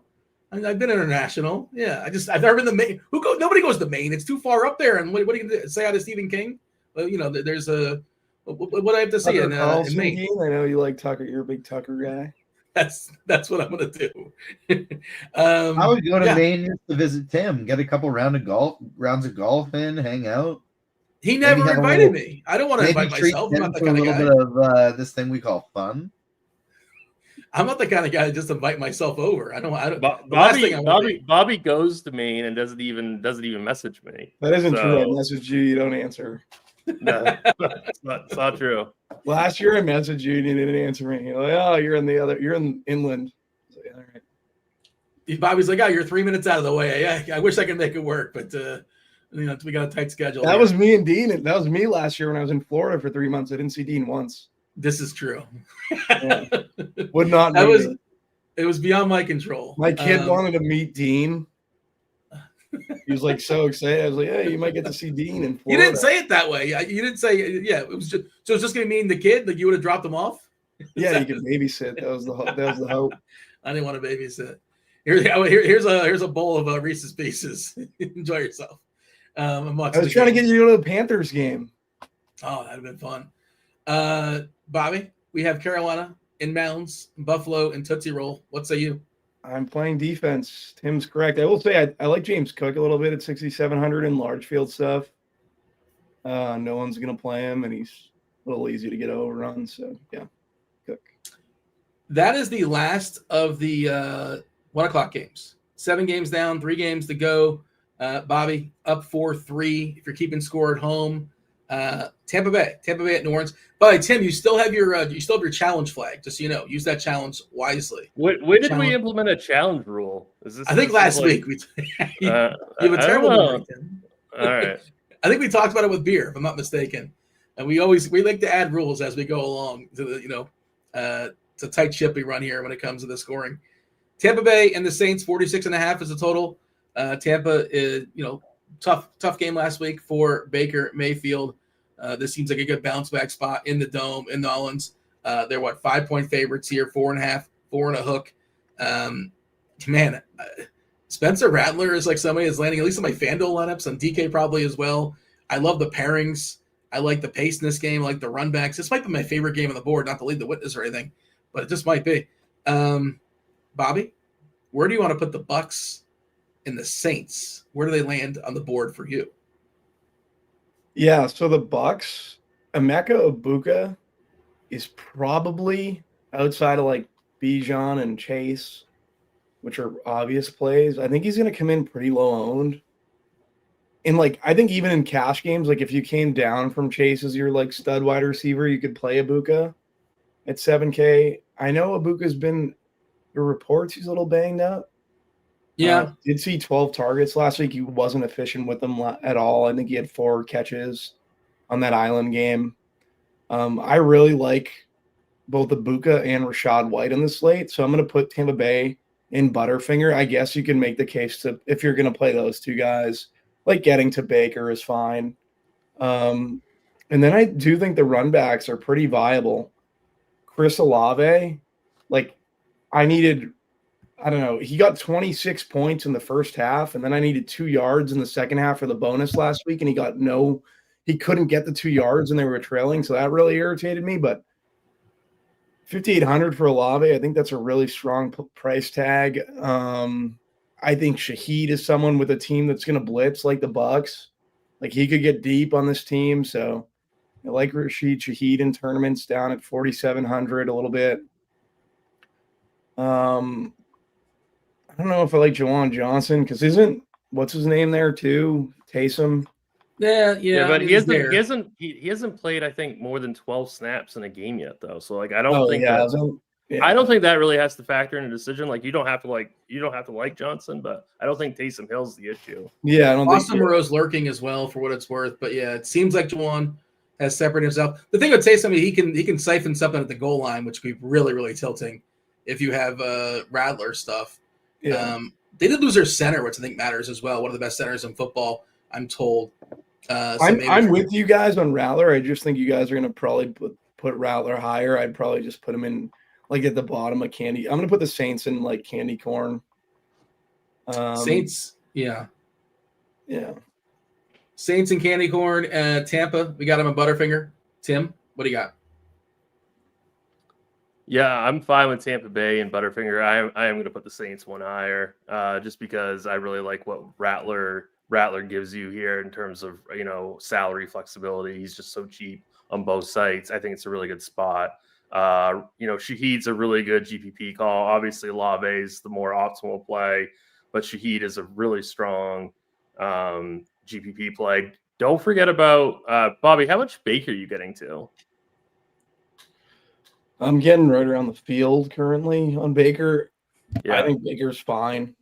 I really like Baker today. I really like him in GPPs. I think you could play him even in single entry.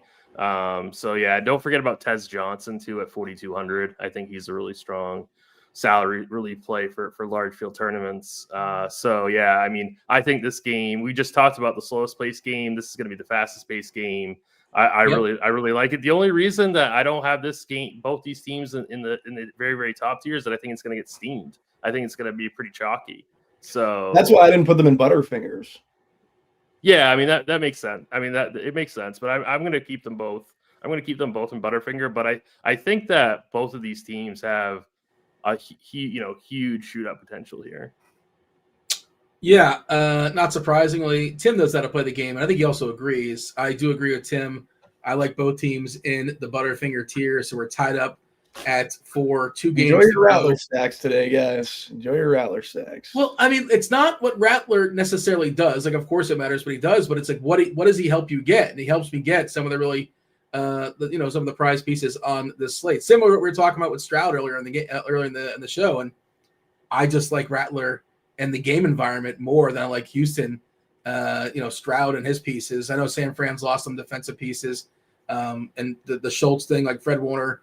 Typically, they're really, really tough as far as tight ends, but since Fred Warner's gone down, San Fran's been more vulnerable to tight ends. So I think Schultz is an interesting piece, but beyond that, it's just really, really hard for me to get excited about Houston. But I like the pace here. I like the fact it's in a dome. I like the fact it's a later game. We can kind of do some adjustments if interesting things happen at 1:00. We want to play some catch up. We want to do some switcheroos. But amongst what do you got, TJ? Just kind of like a thought, and I don't mean to come in and disagreeing, but it was just kind of popped into my head. Shouldn't we not like the Saints? Shouldn't we not like the pace of this game from the Saints' perspective if we're playing Rattler? Because the Bucks play at one of the slowest paces in the league, and so this is actually a very big pace down matchup for the New Orleans Saints, and in theory, Rattler should get less plays than he usually does.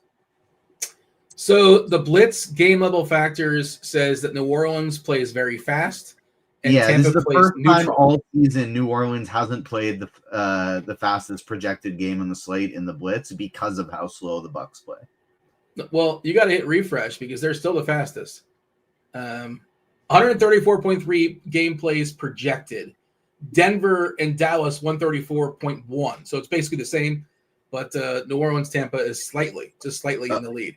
Yesterday when we did the Blitz show, Cardi was talking about how it was the first time all year the New Orleans game wasn't the fastest. So that must have adjusted this morning. Yeah. But his reasoning essentially was like, it's going to be a slower New Orleans game than usual because of how slow. Sure. Yeah. But yeah, still, that's the thing. I'm not here telling you Rattler is amazing. This is your team, TJ. Rattler's not amazing, but I think he's good enough. And like you told me at the beginning of the year that he's gonna be better than I expect, and you're right. He's better than I expected. Not that the bar was typically high, but okay. 2 more games to go. We have next crew coming in about 10, 15 minutes or so. Erik Beimfohr, Jordan Vanek, and Neil Orfield jumping in about 10 to 15 minutes, depending on Tennessee and the Colts. Tim, you're setting the board. Cam Ward taking on Daniel Jones. The Colts have a 32-team total, 32. But how much will Tennessee push them? This is, again, the story of the slate. Projected blowouts. They're, 14-point dogs here. Tennessee, one of the worst teams in the league. Colts, biggest surprise. Their offense has been really, really efficient. Tricky thing with them is once they get ahead, they just tend to just chill. And, just chill and get the ball to Jonathan Taylor is the expectation. And even that might get the brakes might get pumped if the score is getting out of hand. And we see Tyler Warren have big first halves and just chill. because, again, how much will Tennessee push them? Where do you want to put the Colts and the Titans, Tim? Yeah, I mean, I don't have a ton. I don't have any interest in Tennessee. That's a really easy one. Tennessee's going to go in the Mounds tier for me. They don't even have a 16.5 implied team total on the road against one of the better teams in the league. Cam Ward's going to get crushed. So definitely Tennessee and Mounds. Indy, in terms of a stack, is kind of tough here because they're not going to get pushed. Obviously, Jonathan Taylor's a fantastic play. You can get some of Warren at the tight end position if you want to. Don't really like any of the wide receivers here. I think just due to their high team total and the fact that they should dominate this game, I have to put them in the candy corn tier. But outside of Taylor, I don't really love a lot here. I see that Daniel Jones is projecting well. I just can't. I'm just not going to make that click today. I think this is just going to be a Jonathan Taylor game. So I think this is not an amazing stack. I think an interesting approach, maybe for cash games, you can do it for tournaments as well, is just play Jones and Taylor and quote unquote get all the touchdowns for Indy. Like that's something I think you can do if you want to do that. I don't hate that idea. But Bobby, we have the Colts right there smack in the middle with candy corn. Tennessee in Mounds. If you want to make the case they shouldn't be, by all means. What are any issues, any gripes? Are we to be? Yeah, this is where I lose. Tennessee in Mounds. Colts are going to be in Butterfinger for me. Like Daniel Jones to Warren, I think I think it leverages Jonathan Taylor a little bit. I also think Pittman's in a pretty good leverage situation at his price tag at 5,800 over a guy like Devontae Smith. Who else is in that range? Zay Flowers was in that range as a chalky piece. So I do think the Colts have like interesting leverage. The issue is Tennessee going to push back? I don't really think so. The 32 implied team total makes me want to play the Colts higher. I like Bijan over Taylor, so the idea of the leverage makes sense to me. Yeah, the Colts and Butterfinger. This is where I don't want to be the bad guy, and I don't want to be. There's no shadiness on my end, Bobby. I'm going to bring in TJ to make the call. I agree with Tennessee, but TJ's got to tell me: should the Colts be in candy corn or Butterfinger? Dropping them back down to candy corn.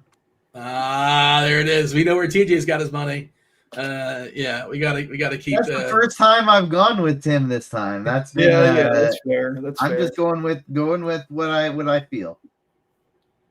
Tim takes a 5-4 lead, 1 game to go. We'll drop that fifth clue. The fifth clue for Superstar Sunday is Howl.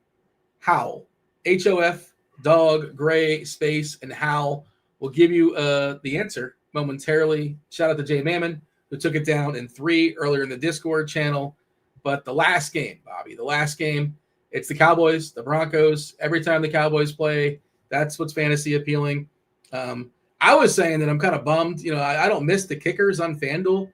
We're going to get like a 70-yarder from Aubrey today, right? From Dallas. Where can I bet on that? He's going to break the record.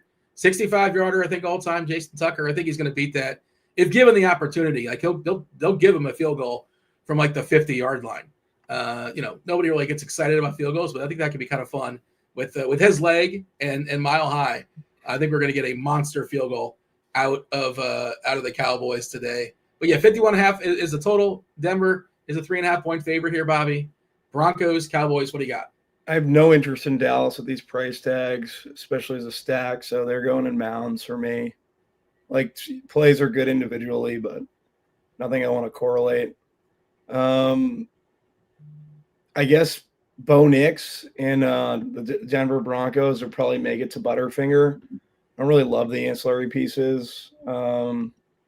But I think guys that work well with Bo Nix, Sutton, Troy Franklin would probably be the two that stand out the most. Do I want to put them in Butterfinger? Let me decide real quick. Let me see what I got. Yeah, Butterfinger works, I guess.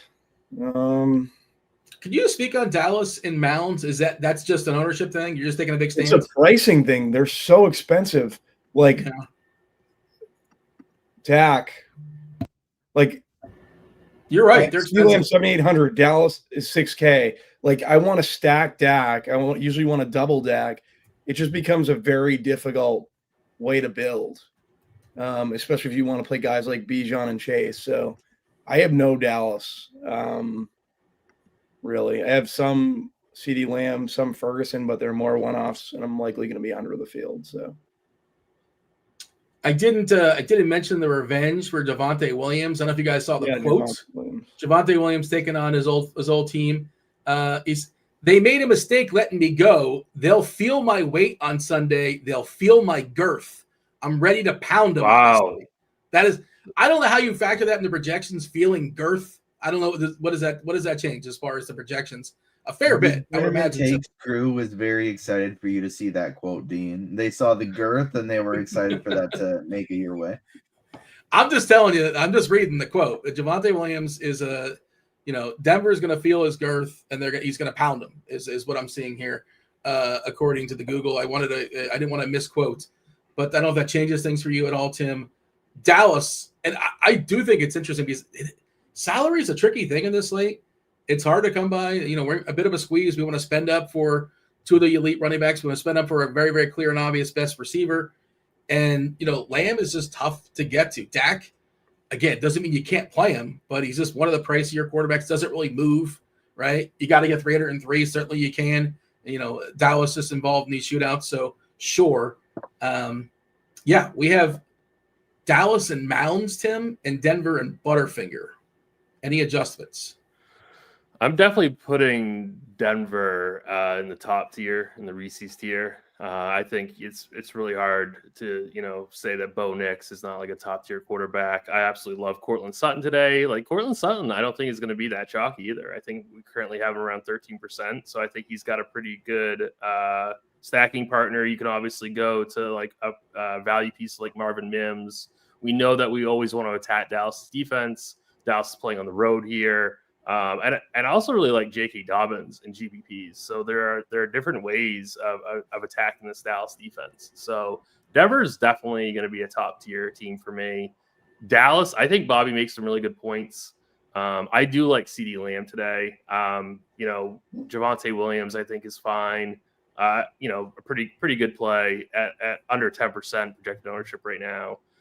So I do like both of those pieces. I agree. Jake Ferguson. I don't like George Pickens today. I don't like Jake Ferguson. So I'm going to bring Dallas up to that candy corn tier right in the middle there. Just because I do like some Dak and CD. Yeah, I think Bobby makes good points as well, but I do agree that you have to have them in your pool if you're making a bunch of lineups. If you want to be under the field, by all means, go for it. But they are tough. They are tough to make work, but also it's pretty concise, right? If they put up 35 points or so, you pretty much know where the ball is going. We're going to recap the board here in just a second. Today's Superstar Sunday, Hall of Fame, Dog, Gray, Space, and Howl. We will explain that. The first clue, Hall of Fame. This person is a Hall of Famer. No surprise there. Dog, the college they went to is a college that their mascot's represented by a dog. It's a Husky, the Washington Huskies. Gray, this person famously won not one, not two, not three, not four, but five Grey Cup championships. It's not Doug Flutie. 5 Grey Cup championships up there in Canada. Shout out to TJ. The Edmonton Eskimos, by the way, if you weren't aware, they played for the Edmonton Eskimos. Clue number 4 was Space, which was a double clue because the team they played most for in the NFL was Houston, known as the Space City, and also their last name is space related. Clue number 5 is Howl. Howl at the moon. There's a moon in the space, up in space. It's Warren Moon. Warren Moon is today's. And by the way, we're celebrating Halloween. Warren Moon. Moon, Halloween. That's not a coincidence. It all comes full circle. All right, here's the board. Seems forced. Say it again. Seems forced. Well, yeah. Yes, it is yes, it was intentional. Because we're talking about Halloween candy. Tier number 1, Reese's Peanut Butter Cups. It is Denver and Philly. Tier 2 is Butterfinger. That's Atlanta, Cincinnati, Tampa, the Saints. Right in the middle, candy corn. Very controversial. But that's what Tim texted me. Tim told me, this is the most mid-Halloween candy is candy corn.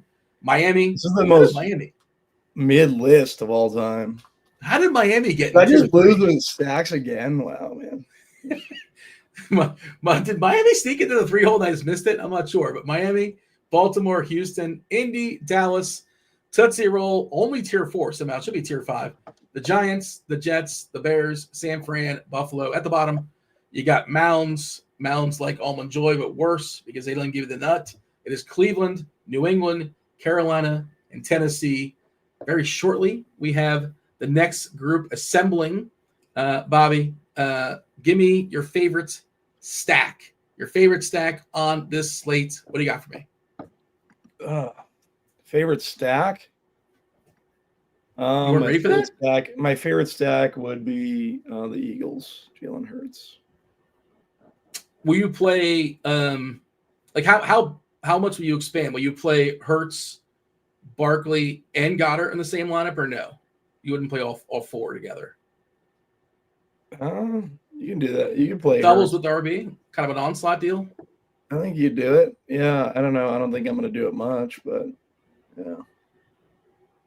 Tim, do you have a favorite stack for me? I'm going to go with the Buccaneers. Like a Baker double. Yeah, there's a lot of pieces you can run them with, right? I guess you can include Whites, Egbuka. You mentioned Tez Johnson, Kate Otten. I don't know if you guys have heard. This is keep it between us. It's National Tight End Week. Nobody else is talking about it. Do you have a favorite combination there with Mayfield when you consider salary and all the things here, Tim? I'd probably go Cade Otten and Ibuka. Yeah. All right. Let's do it. Let's seamlessly segue to GPP Final Takes. They are here. They are fully assembled. We have Neil and Jordan and Erik. Surely somebody has a hot take for Halloween candy. Let's see if we can get a hot take from the next group. Let's do it. Let's bring them on right now.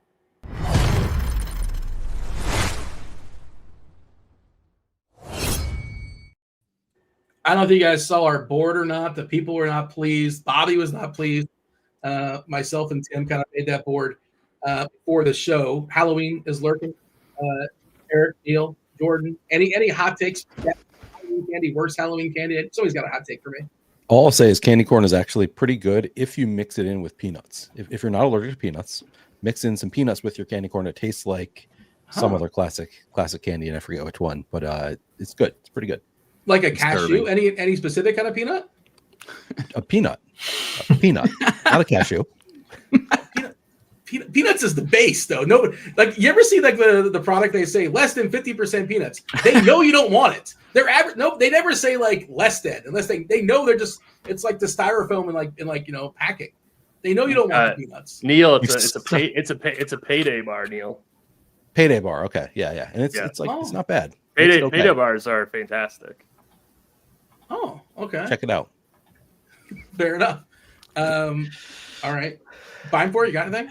I'm disturbed by that. We're leading off with candy corn is underrated as the I guess that is a GPP. That is the tournament take for sure of the more of Halloween candy. That is not the chalk. You more of a circus peanut guy? Yeah, big candy corn has just got to get on the horn. Yeah. You did Halloween in like the 60s, right? Like that's why he likes candy corn. Those wax lips, you ever get those? Those are, I don't know what people do with those. They're gross. Now I'm also confused about this peanut thing. Are peanuts like the like party peanuts, like the Subway bread or something? Right? It's like not really a peanut or something like that. Like what is this peanut take? I'm so confused about everything that's happening right now. Honestly, you're talking about just standard peanuts. Yeah, I'm just talking about standard peanuts. Yeah. Which the worst kind of peanuts are standard peanuts. I can't get over Dean being like, what kind of peanut? Like a cashew? Right. Those are what people want. That's what I'm saying. Like a pistachio. Are not a very macadamia specific thing. A cashew is not a peanut. It's in the peanut family. They're cousins. It's a nut. It's in the nut family. A peanut isn't even a nut. It's in the nut tree. A peanut doesn't come from a nut tree. The nut. I don't know. Dean's a big nut guy. It's probably a good time to segue to Javonte Williams and his girth after. Yeah. Yeah. There you go. And So what do we give away? Well, we don't have time to get into it. We went the whole what we give away. They were giving me the business for not actually opening the door. I leave the thing outside and help yourself. Yeah, take whatever you want, have at it. Enjoy. Here's some Reese's Peanut Butter Cups. 100%. The in-laws were giving us a bunch of grief yesterday for that. That's what we do. We're curmudgeons. We stay in the basement and we just put the candy bowl outside, or we go somewhere. We'll go to. You're cutting out the middleman. You're being efficient. You're saving time. The kids don't really want it. They just want the candy. So it's you're saving a step for everybody. You're testing the kids human quality, right? Are they going to scoop up all the candy? Are they going to be a good kid and take one? It's like we're actually making the world a better place by not communicating with the kids on holiday. It's a science experiment. You get the Ring camera. All right, Jordan, you got anything to add here outside of the girth? No, I got nothing. I mean, I'm a Reese's guy. It's chalk. That's just chalk. I'm chalk. Sadly, I'm chalk with that. I wish Haynes King chalk would stop hitting in college football, but that's besides the fact. All right, that was the People's Show. We're gonna get out of here and make way for GPP Final Takes. You got Neil Orfield, Erik Beimfohr, Jordan Vanek. On behalf of myself, Tim, Bobby, do hit that like button, do subscribe, do turn on those notifications. Do not go anywhere. You got almost 2 hours until kickoff. Actives and inactives coming in 25 minutes or so. Curious to see what we have for Atlanta. Unless I missed some news, I think we're still waiting on Drake London and their running back situation. All right, Beimfohr, take it away.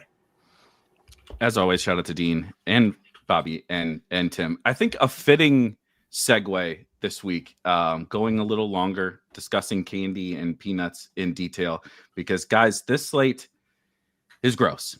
I would rather eat candy corn than watch most of these football games, and I despise candy corn, but we're still going to get into all of your final takes. Of course, if you never joined us before here on GPP Final Takes, we're not necessarily going to go game by game, which that would be brutal to go game by game on this slate, but we're also not necessarily going to go position by position. What we're going to try to do is get into all of your final takes, the most important kind of elements of the slate for your tournament lineups as we head up to lock. Of course, we will wrap in an hour and 15 minutes or so, and crunch time will lead you all the way up until lock. But as Dean said, we'll be getting actives and inactives, and we'll be talking about all of those highlights of the slate. I got Neil and Jordan here to give us all of the goods. I have notably flag planted multiple stone cold zeros so far this year through 7 weeks. So we're going to try to let these guys tee you up for some better tournament takes. Shout out to Luke McCaffrey last week.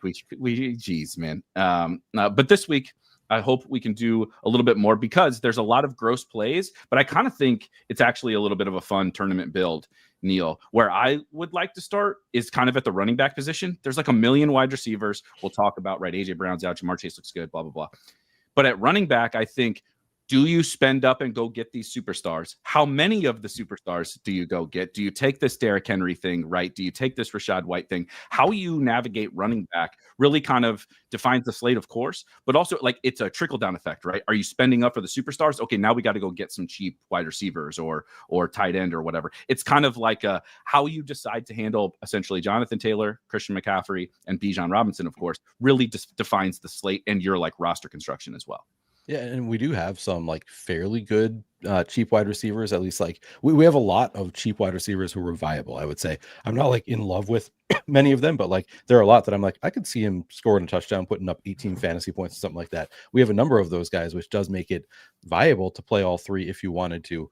I think that like my median is going to be one. Like I think most often I'm just going to have one of the three spend ups, again, those being Jonathan Taylor, Bijan Robinson, Christian McCaffrey, but I'll have lineups that have two, and I think I'll even have some lineups that have all three of them in them. I've already hand built one with all three of them, just to kind of see what it looks like. And I didn't totally hate my lineup. I was able to build a lineup that I actually kind of like with all three of them in there. So again, I think the most common build for me is going to have just one of Christian McCaffrey, Bijan Robinson, and Jonathan Taylor. But certainly you can play two, and it's even possible to build nice looking lineups with three of them. So yeah, I'll have a good amount of them. And the ownership is high on those three, but kind of warranted. I mean, they're the three best running back plays on the slate. They just project. I mean, Bijan against Atlanta is just unfair, especially if Drake London ends up missing. Probably benefits from Kirk Cousins being the quarterback there. And Tyler Algier questionable. If Tyler Algier is out, it's just going to be like Bijan, the clear number one there. But yeah, so that's. I mean, did you just want to start with those three? Because that's how would kind you? of how I think those three will get to Derrick Henry then kind of to follow, and Rashad White is all lumped.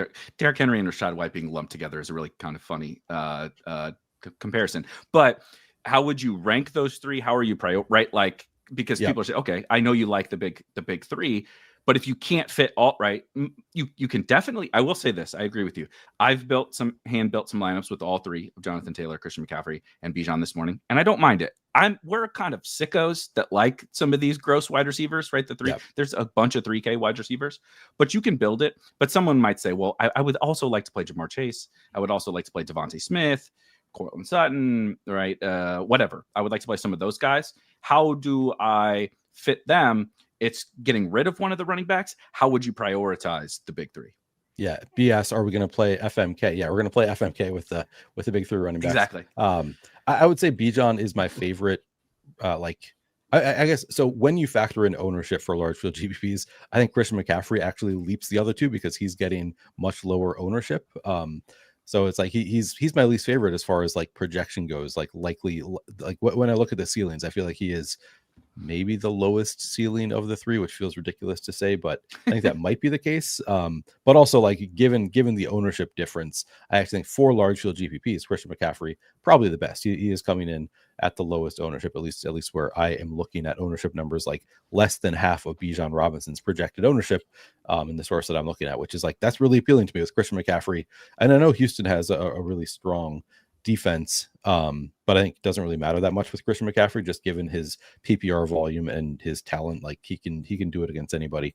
So actually, I think that like when you factor in ownership, I think Christian McCaffrey takes a leap. But like just raw, like who do I feel the best clicking in my lineups is Bijan number one. He's the cheapest. He's facing the Dolphins defense. Like how does this fail? Like it just feels almost impossible for this to fail. It can fail, but it feels very unlikely that he doesn't put up 20 plus fantasy points here. So like my comfortable click would be Bijan number one, then JT, then McCaffrey. But I actually think for tournaments, McCaffrey at his ownership probably is number one, followed by Bijan, followed by JT.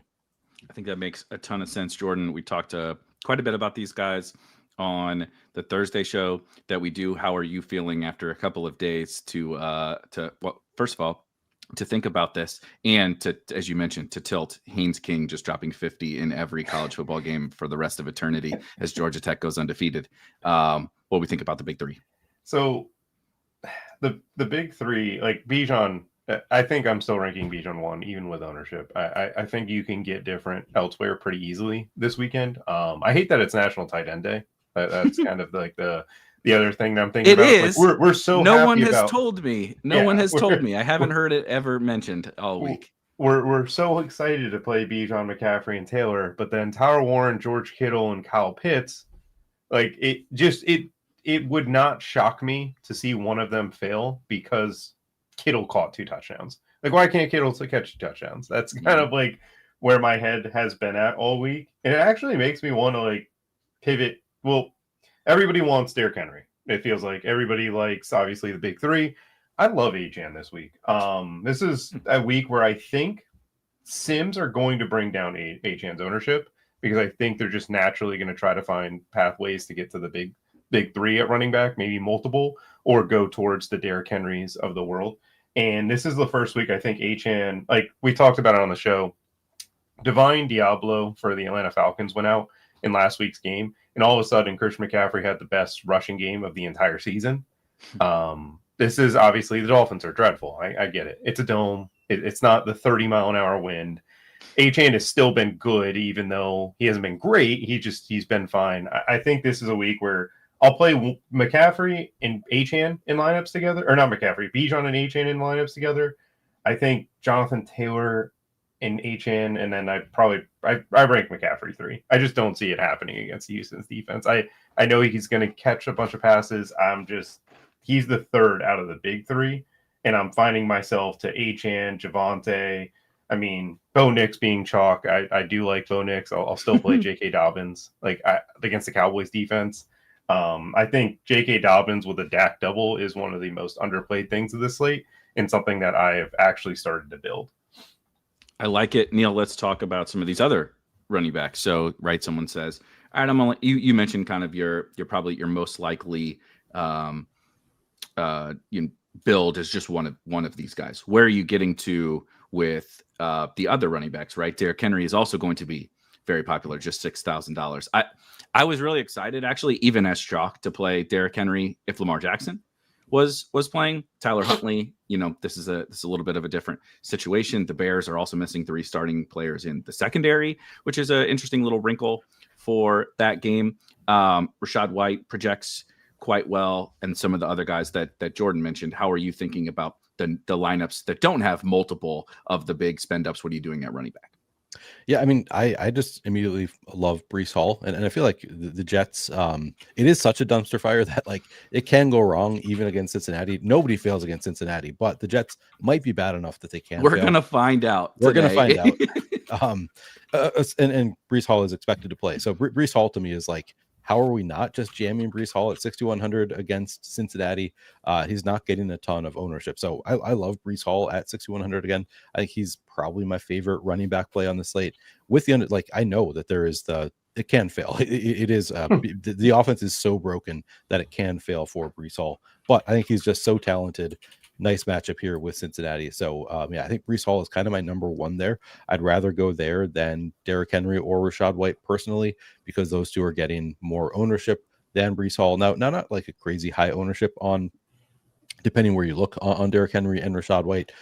So I'm not like full fading those two or anything, but I would say I prioritize Breece of the running backs kind of in that 6K to 65K range. I think he is my favorite of the group, probably followed by Derrick Henry, just because of the price discount. Rachaad White, it's like, I really don't know what it's going to be without Mike Evans. Like, is he going to be targeted 10 times in this game? In which case, like, that price tag is going to look really nice. So I get it. I'm not going to fade Rachaad White, but I do think I rank him third of that trio of the mid-range guys. I also think like Saquon is kind of a sneaky spend up. Like he's a little bit cheaper than the big three going up against the Giants. I know we haven't really seen it from Saquon. He just failed against the Giants a few weeks ago, but I think he's contrarian enough. Without AJ Brown, they might just lean on him. He might get a ton of volume here, and it's they want the revenge there after losing to the Giants a few weeks ago. On top of the Saquon Giants revenge narrative, so I do like Saquon a bit at 7,600 as well. And then HN, I like that shout out. He actually he projects really well for 7,300. So like he might. I don't know that he will fall through the cracks just because he does project so well point per dollar. I was actually in the sims that I ran before, I was surprised how much HN I was getting. I was getting to a fair amount. So I'm not sure that he will get completely lost in the shuffle because he is such a strong point per dollar play. I like the matchup terrifies me. Atlanta, I think, is an elite defense. So that's kind of tough for HN, but the price is low enough, the volume good enough for HN that I like that shout also. I think those are kind of like my base running backs. I do. Yeah. Actually, you brought up J.K. Dobbins. I love J.K. Dobbins. I forgot. J.K. Dobbins, I like probably like right there with Breece Hall. He's a little bit lower in price, more contrarian, doesn't project all that well. But I do love the J.K. Dobbins shout. He's one of my favorite running backs on the slate, one that I'm prioritizing at lower ownership. And then, I'll leave Growth Master to Jordan. Yeah, I will also leave. I will hand that baton right on over to you. I just want to reiterate, I think the Jets are such a dumpster fire that people are not being reasonable about Breece Hall from an ownership. Like the market is not like you said, if this were week 2 and this was the Bengals, I understand we have multiple weeks of evidence of how bad this Jets team is, but this is still Breece Hall. There's no Braylon Allen. Isaiah Davis is like a thorn in his side for sure. This could go south. It's the Jets. They're probably the worst team in the NFL, but he's still really good. He just ran for like 10 yards a carry against the Dallas Cowboys a couple of weeks ago. Like, I don't know, man. Like you said, everybody gets. I was going through just for fun this morning, looking at the game logs of all the running backs against the Bengals, just to be like, "Am I crazy? Like, is it really this bad?" And you're like, "Yep." Like, like the Steelers are running for 10 yards a carry. Like, I mean, everybody is getting home against this Bengals defense. This is the ultimate, right, movable force against like this is bad. We're gonna find out if everybody actually gets home against the Bengals, but just I think that there's very few situations where it's a little bit like sentiment based in the market with Like normally it's just right. It's just like projections, sims, whatever, right? Let's rock. I think the Jets are so bad that even the people are like, let's adjust our projections and everything and our ownership down on Breece Hall. But Jordan, talk about your boy Javonte. Are we playing in, right? If the Jets are really that bad, are we playing any Chase Brown? If Tyler Algier plays, are the Dolphins that bad that Tyler Algier can get home as a cheap price? Because there's not really any cheap running backs that we like. Woody Marks. Just is there anybody else viable for tournaments, maybe on the lower end of the pricing tier? Nobody that I do like the Breece Hall call is pretty much what I'll say. I'd like to mini him with T Higgins. I think from a Aaron Glenn perspective, I see the Jets doubling Jamar Chase, and if Jamar Chase moves inside, Jarvis Brownlee has been incredible in the slot this since being traded. That was something I forgot who I think Dr. Prophet, one of buddy Will, he texted me like, "Oh, is it Jalen Coker week?" Because anytime he's going to take a Panthers prop, he wants to text me and ask me.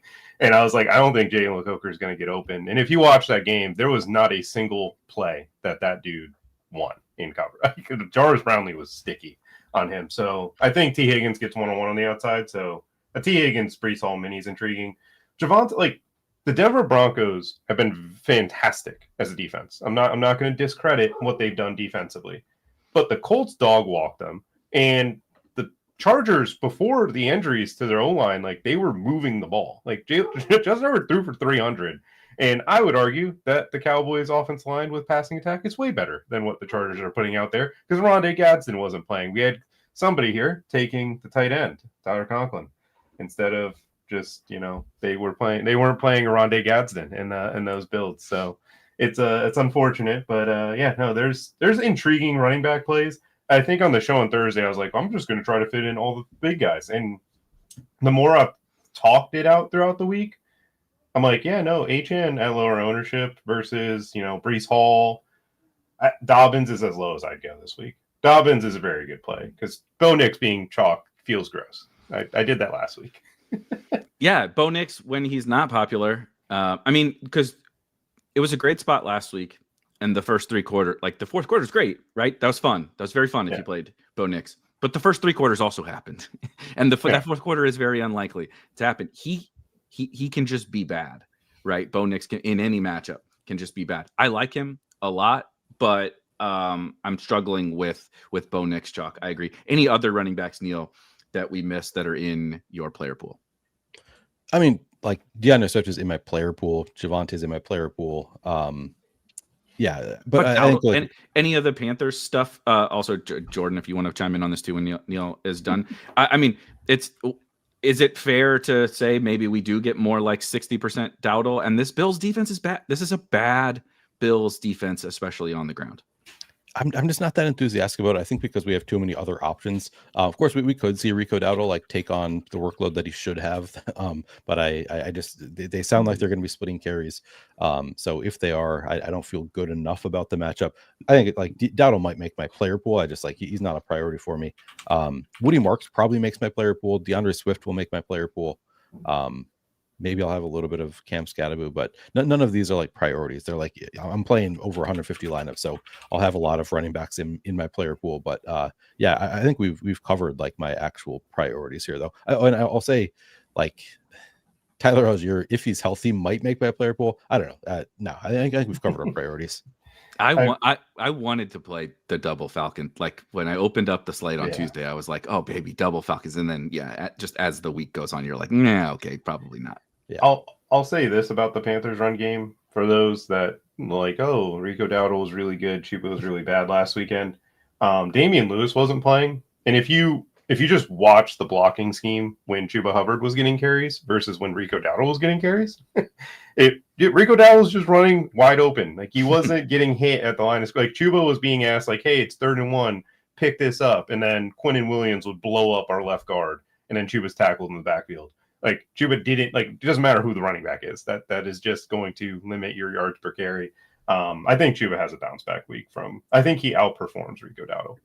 I like it. That's fun. That's fun. I'm gonna hold you to that since you're calling me out for. I've played a Rondé Gadsden one time this year, and I think it was his worst game. He's freaking Antonio Gates, and I found a way to play him in the only time he didn't play well. Shout out to me.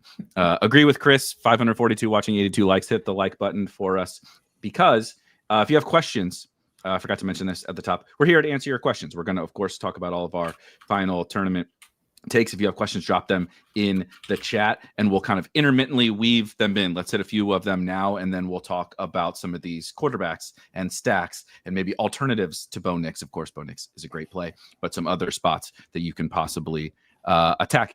Neil, you also got called out for your large player pool, but you're playing a lot of teams, so of course you're going to have a large player pool. Did Alvin Kamara, with no shout out to Kendre Miller, was having a decent little season and tore his ACL? Any Alvin Kamara without Kendre?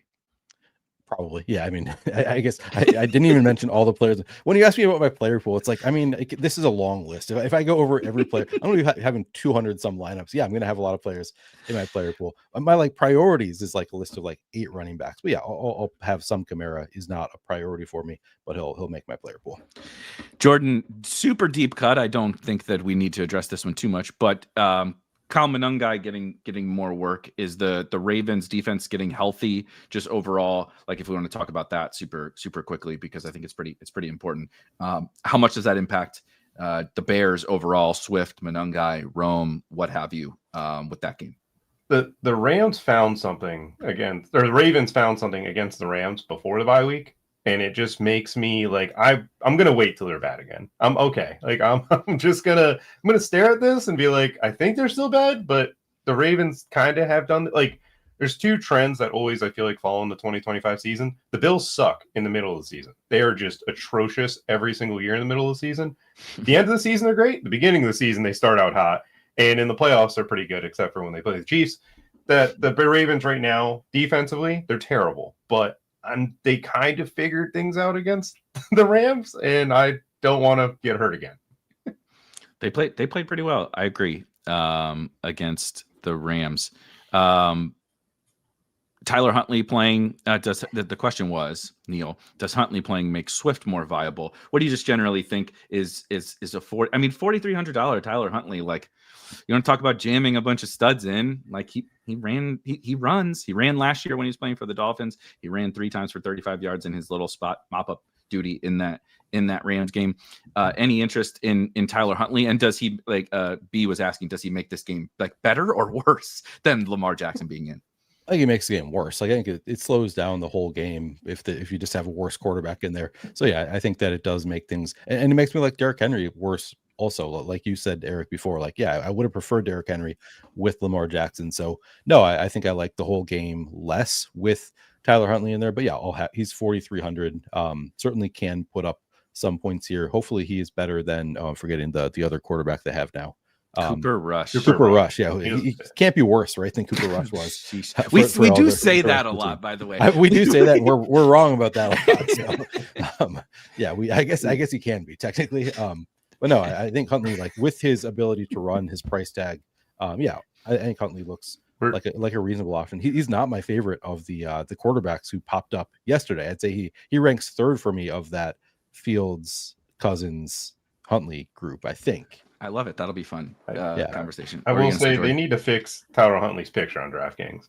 That is something that every time I plug it in, he's just so off center. If you look at the mobile app, it is. I haven't looked at it. It is just it hurts. Like it hurts to put the lineup in. It's like, bro, just be straight. I don't know. I will say, Huntley. I think if out of the bottom feeders of quarterback, I would take my chance on him versus Kirk Cousins and company.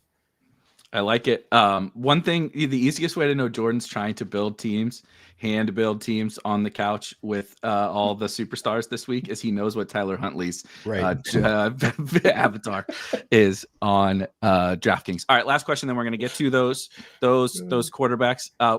Because last week I think we missed the defense. This is where I contribute to the show, the defense part. But Richie was asking about specifically on FanDuel. Neil, do you have a favorite defense? Obviously, we can do overall defenses, but on FanDuel, is there a defense you're playing the most? Yeah, let me look at FanDuel. I have DraftKings pulled up. I mean, I do like Bears defense. I think looks pretty good here against Tyler Huntley. I think I'm doing DraftKings first. Jets against Cincinnati looks pretty good. Actually, Bengals on the other side of that looks good. So just looking at kind of the cheaper defenses, I think there are some that kind of stand out. And then on FanDuel, let me pull up the salaries here. Drake London being inactive, that's wild. He is inactive. Oh God. Yeah. Okay. Let's finish the defense and then we'll talk about. Yeah. Again, Jets 3,400 looks okay to me. Raven, Bears at 3,800 on FanDuel looks pretty good to me. Yeah, I'd say those are my bigger defense takes. Anything from you? I will just put in on DraftKings. I'm playing the Cleveland Browns. They are awesome. They are cheap. The matchup is totally solid. I kind of think Denzel Ward will follow Stephon Diggs around, which, you know, if Drake May holds the ball, Drake May's been awesome. They really play a bet like this schedule for the Patriots. Like, if you want to pick one of these teams to make the playoffs, like that you don't think are like all that great, look at the Patriots schedule, man. This is like they're playing like this is crazy. They're playing like an XFL schedule. But the Browns defense is not an XFL defense. This is one of the very best defenses in the league. The Patriots offensive line is not that great. I think we could see one of those tough, kind of mistake. Like they can't run the ball. Ramondre running into the back of the offensive line seems like a thing that's going to happen a lot today, and then force some third and longs, right, where Myles Garrett pins his ears back and you get some sacks. So I like the Browns a lot. Any defense takes, Jordan, and then let's talk about this Drake London thing. On FanDuel, the Ravens are the team, the cheaper defense that I stare at. Obviously, the Browns. And then Tampa Bay Buccaneers. I don't know if you guys watched that Bears Saints game. Rattler was just throwing it to the Bears players. They just kept dropping it. Buccaneers defense, yeah, they were bad against the line. They were getting to them. Just they couldn't move the ball on offense. I will say I'll give the Drake London take that I just thought of this as I continued. Who has Kirk Cousins been working with all season? All off season, the entire training camp. It's been the backups. He has literally been practicing with the backup wide receivers. And he probably was practicing with Darnell Mooney, just like when he was limited in different things, because, hey, he's going to be inactive, but we're working his way back. He's going to get throwing the ball. Mooney, obviously, is the clear, oh, wow, this guy's really, really good spot. I will say the Dolphins secondary has been so much better than people give them credit for. I don't think there should be a lot of credit, but secondary-wise against receivers, they've been really good. I'm intrigued with some of the Casey Washingtons and different things, but I don't think I'll ever go there this week. I will say I won't be surprised if these backups are in sync with Kirk Cousins, because this is who he's been practicing with for the all offseason. I will say, Neil, this does make me like Kirk Cousins quite a bit less. Drake London being the one superstar wide receiver that they have, it's not great, right? True. And he's not. This isn't a Jackson Dart situation where, sure, buddy, just go run, go score some rushing touchdowns. Kirk Cousins ain't doing that, so he's going to have to pass. He could throw it to Bijan. That would work. I mean, I imagine that's going to work quite well. I'm just not sold that there's going to be a ton of passing efficiency without Drake London. But what do you think about the Falcons overall? Yeah, no, I agree with that. It does make me like Cousins a little bit less, which oftentimes it doesn't. Like sometimes the case will be like that actually makes me like the passing attack more because it's easier to get to the others. I don't think this is one of those spots for me. It does make me like the rest of the passing attack more. I mean, Darnell Mooney, already looked like a really strong play. Now he's probably the number one target for Kirk Cousins. Kyle Pitts does look healthier than he ever has.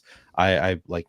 With Penix, I've been excited to play Kyle Pitts. I would have loved Kyle Pitts here with Penix. He's just never had that connection with Kirk Cousins, and maybe that's because he wasn't healthy, and maybe they will have the connection now. I don't know. We haven't seen it yet with Pitts looking healthy with Kirk Cousins. So I'll play some Kyle Pitts also.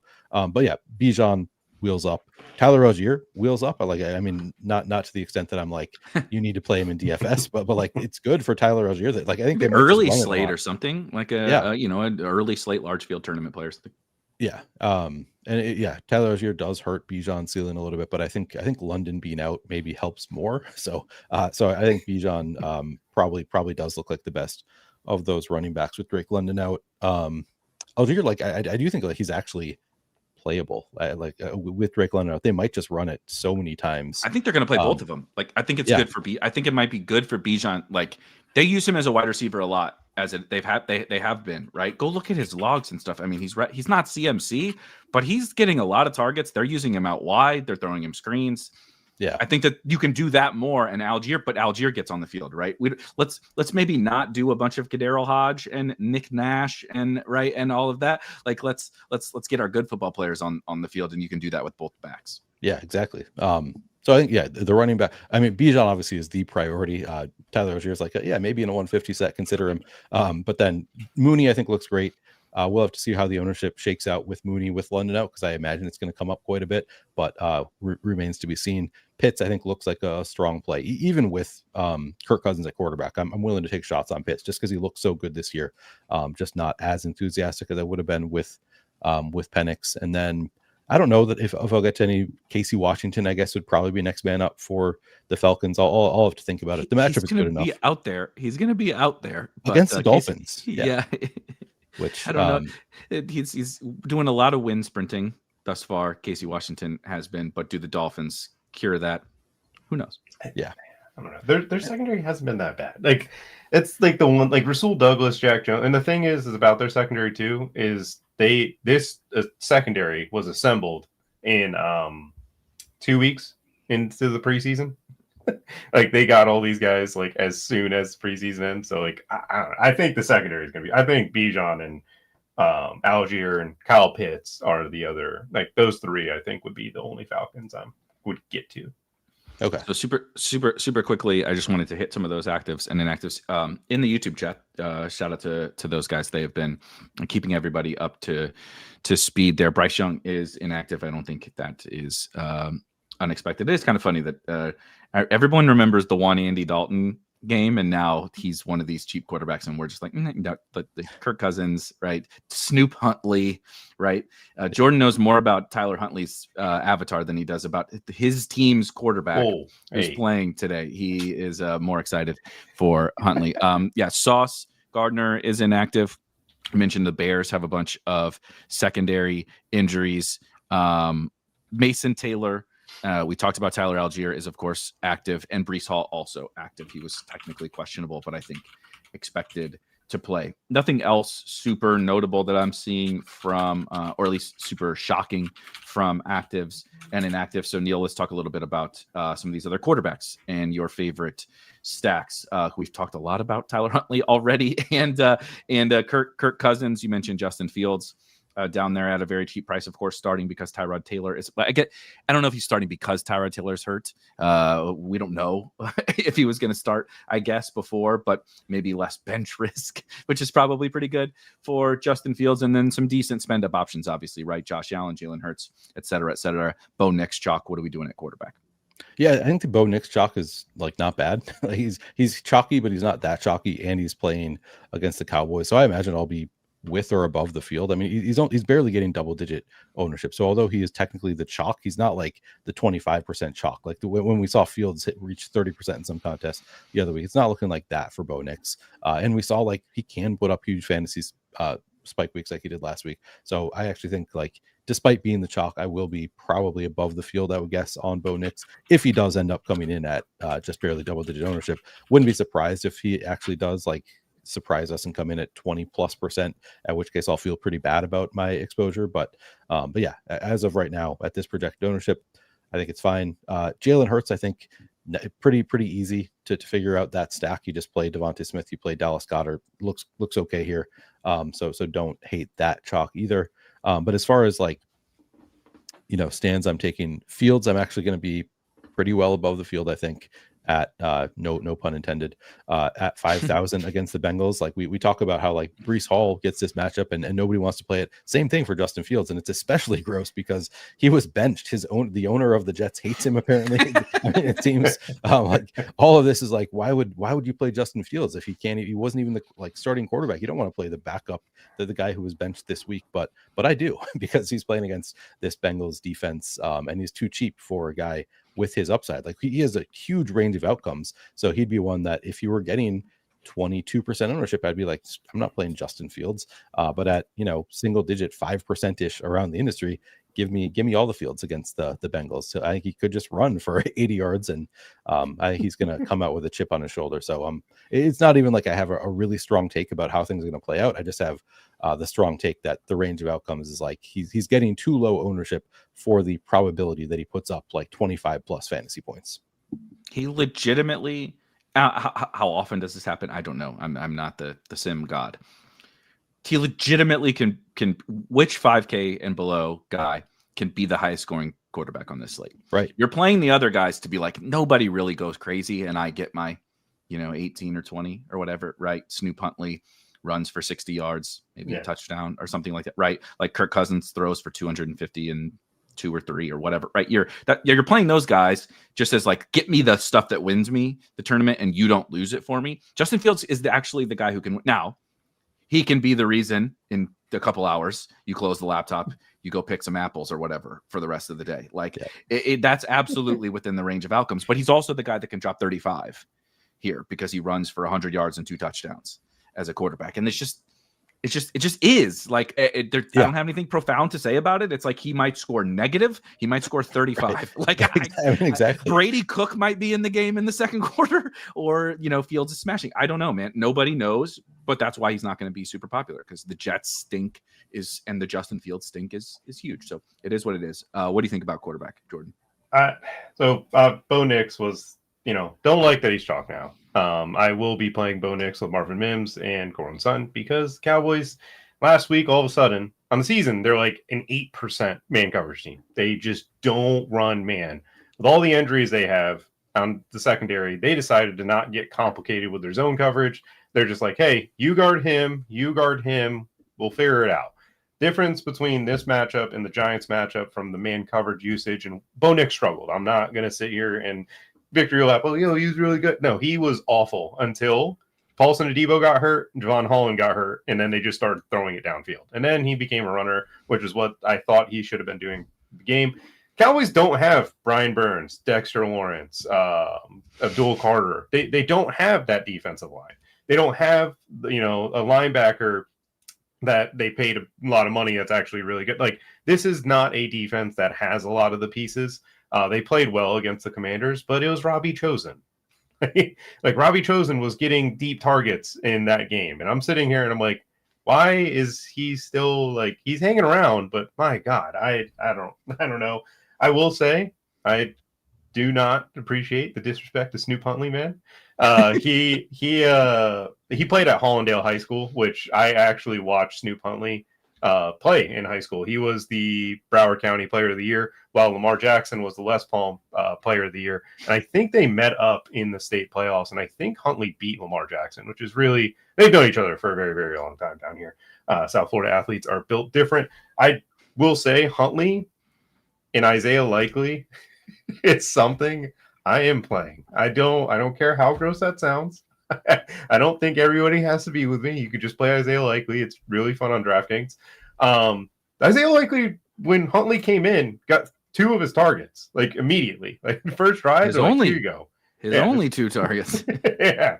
He pretty much is like, hey, we'll go Burr with him. And I think, again, when you go to a backup quarterback, who has this guy been working with? And it is the backup tight end. And Isaiah Likely is someone that they already naturally want to play a lot. And last time Tyler Huntley was a starting quarterback for the Ravens, like, who did he throw to? It was Mark Andrews. Literally, I was playing Jonnu Smith props last year because Tyler Huntley loves throwing to tight ends. That is his thing. The Dolphins, it didn't work for the first game out there with Tyler Huntley, but I believe it started to work after that. Jalen Hurts is really easy to stack this week. Neil put it out. Dak is super interesting to me on this slate because it flips the build from the Bo Nix chalk. And if you go Dak, you can get Dak, CD, and Pickens, which naturally is way different than any build that's going to be out there, and run it back with J.K. Dobbins, which is the pathway for those top running backs not completely paying off. And I think there's enough cheap options where you can plug in a Bijan. And then you go to Breece Hall, or you just play Derrick Henry and Breece Hall at, your flex. And that's like, hey, all these mid-range running backs hit, and Dak can throw for 400 yards against Denver. Like, it wouldn't completely shock me. Like, they're a very good defense. This is a Cowboys team that put up 40 on the Packers in a game where I was like, they have no chance. Like, this is not happening. And as great as Pat Surtain is, he can only cover one of the two. And the other one's going to get Riley Moss. And I'm assuming it's Pickens. And that just means deep shots. Like that T. Higgins put this kid in prison the last time that they played each other or with Joe Burrow. Jake Browning just was terrible and couldn't get it done. Week 17, best ball championships, T. Higgins, Marvin Mims. Trust me, I remember because I didn't have them last year in the finals. Some more questions about the folks brought up. Dak, Neil, what do you think about Dak? And then also, we made it this far and no Baker Mayfield mentions. And I think he's pretty interesting as well as another kind of pivot in that, right? It's like go up and get Hurts or whatever, or play Bo Nix or punt it off. And then some of these other guys are just like, they're pretty good plays. It's like they're falling through the cracks because of the other options, but also like roster, right? It's like, if I want these stud running backs, if I want Jamar Chase, if I want whatever, I just can't afford Baker Mayfield. And I don't even necessarily know who to stack them with, right? But what about some of these other quarterbacks? Yeah, I mean, Dak looks awesome. Any matchup we saw him. I mean, they're putting up like 40 points regularly. They just to look through the Cowboys game logs. It's 40 against the Giants, 40 against the Packers, 37 against the Jets, 44 against the Commanders. Like this team is just scoring so many points. And what against about the Panthers, Neil? What do they do against the Panthers? The Panthers. I don't think they played the Panthers yet. Sorry. No, I mean, they put up 27. It's not like they scored a lot of points. They didn't score in the second half, though. That's all that matters. Yeah. But so even in a tough matchup, I think the Cowboys can put up a lot of points, and they allow a lot of points. So it always makes for a fun game environment with Dak and the Cowboys. It's just a matter of, will it be Dak or will it be the growth master is the question with the Cowboys. But somebody's probably going to be putting up some touchdowns on the Cowboys. So yeah, I like Dak a bit here. He's again not my absolute favorite quarterback, but I think I'm going to be above the field on Dak Prescott. I like J. Gate Dobbins as a bring back. That all looks great to me. You've also got cheap receivers on the Broncos that can be used as bringbacks. And even with Bo Nix being chalky, we don't have like crazy chalk on any of the receivers. Franklin's in single digit projected ownership, Mims sub 5%, Sutton only getting, last I looked, at like 10%. I got to find him here, a little over 10%. So like the receiving options on the Broncos actually not that crazy chalky. I think in part because nobody knows like who to pair him with. Like it's just like who do I want to play with Bo Nix? Like I want to play Nix, but I don't know which one. So they're mixing them in. So yeah, I think you can go a lot of ways with that game. They're mixing them in. Nixing them in, yeah. And then yeah, a Baker is a reasonable play, not like a huge priority for me, but yes, will make my player pool. He's getting close to like 10% ownership, so that's why he's a little bit less of a priority. Like if we get Baker at 3%, I love him. I'll have some at 10%, but I might not even make it to as much as the field is getting there. I feel like it's a weird week where like not a weird, but that you have the quarterbacks like Daniel Jones, Baker, they're getting like 8 to 10, but then their running backs are like 20, 25%. It's one of those weeks where I feel like getting those types of teams right that have such an high implied total, how do their points come? Like Daniel Jones, the Colts are implied 31. Like Daniel Jones can completely destroy Jonathan Taylor. Like there's no reason he can get the rushing touchdowns. Tyler Warren throws him a touchdown for National Tight Ends Day. If you guys didn't hear about that all week, it's like McCaffrey, not so much. Obviously, there's no ownership going to Mac Jones against the Texans. I feel like Kirk Cousins will get ownership. I don't know how much, but I feel like naturally the name Kirk Cousins will just gravitate for people for a second there at 44. Maybe like you just go Kirk Cousins and Mooney, and you can play Bijan with it. I feel like Bijan has more games over 100 yards receiving than the Panthers do with their receivers in the last 2 years. But could be wrong. I'm glad you brought up Daniel Jones. I also think Joe Flacco deserves a shout, whether it's doubles or with one of Chase or T. I kind of like the doubles, but I also like your T. Higgins call in terms of schematically how the Jets might attack Jamar Chase, who got a lot of targets last week. I don't know if you saw it. That was quite a few targets from Joe Flacco.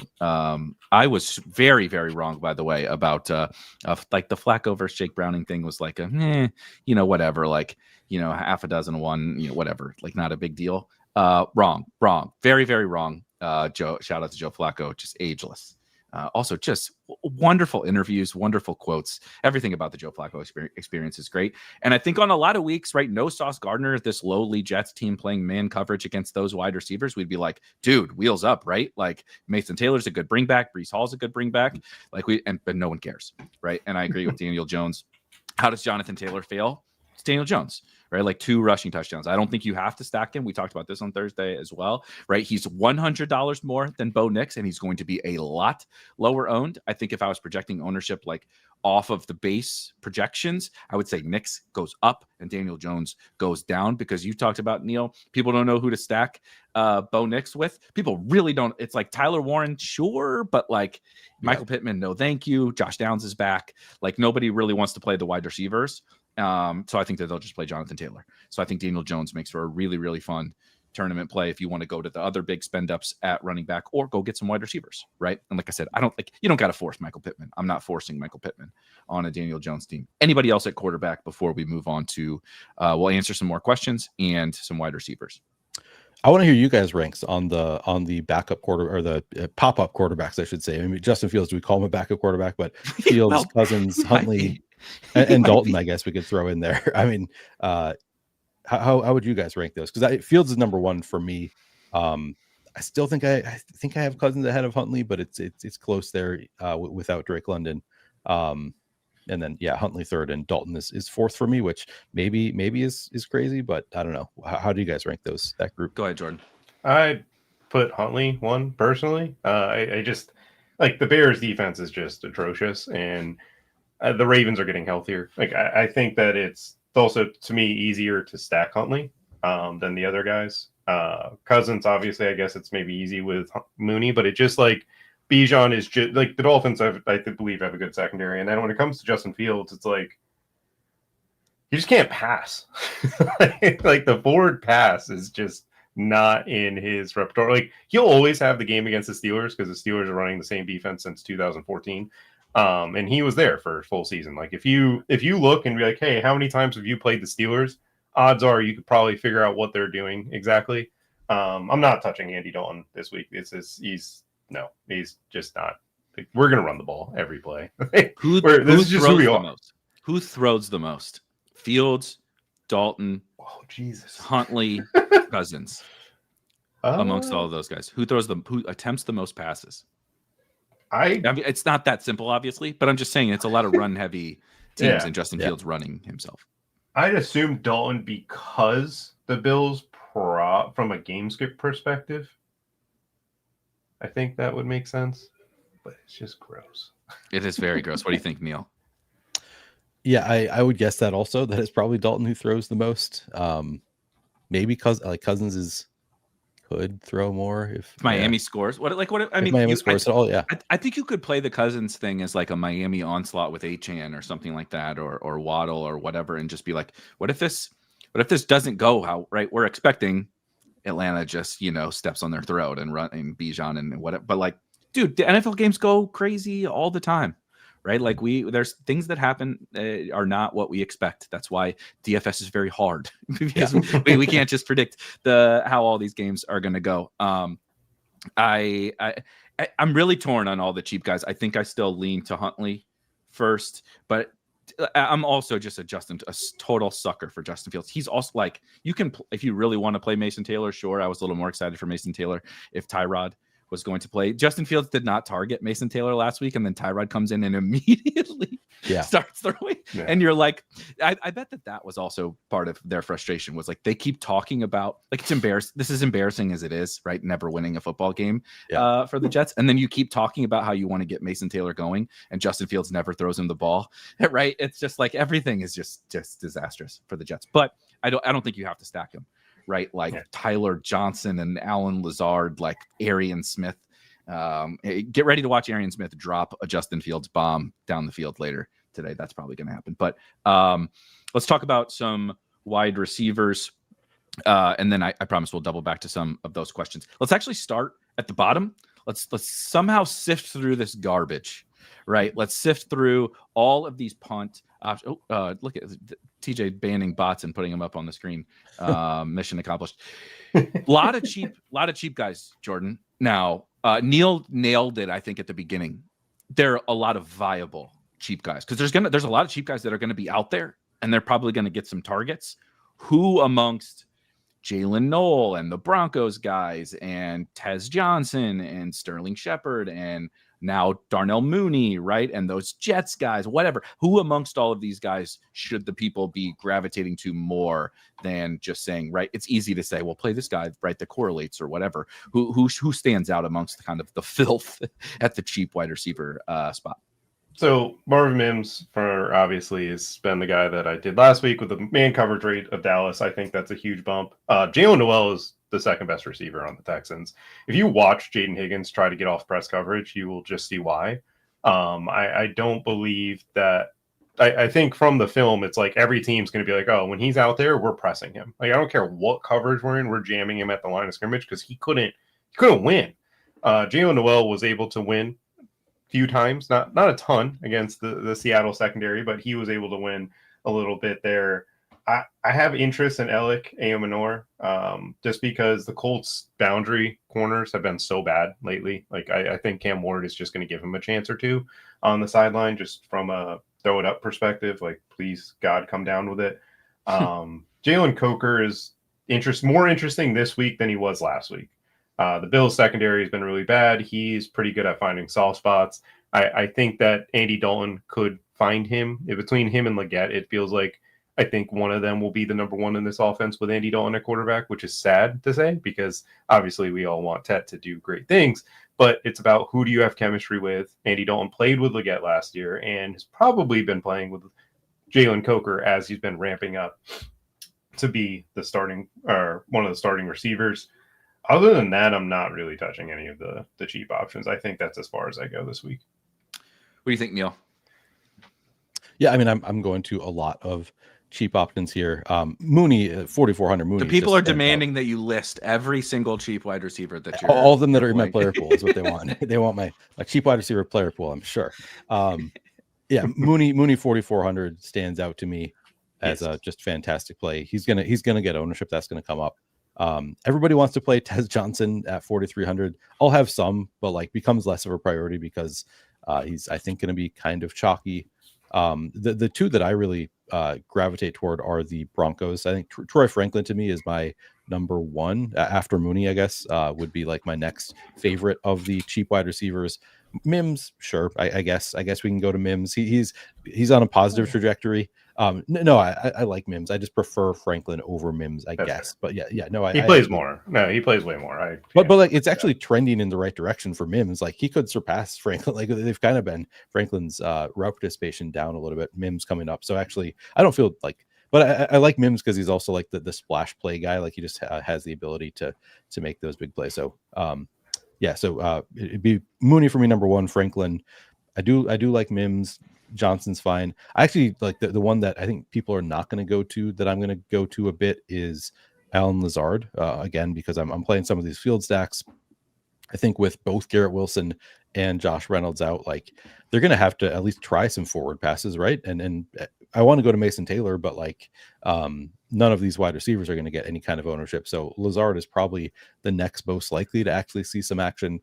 3,400 against this Cincinnati defense. So he would be probably the like kind of off the wall player that I'm going to get to of these wide receivers.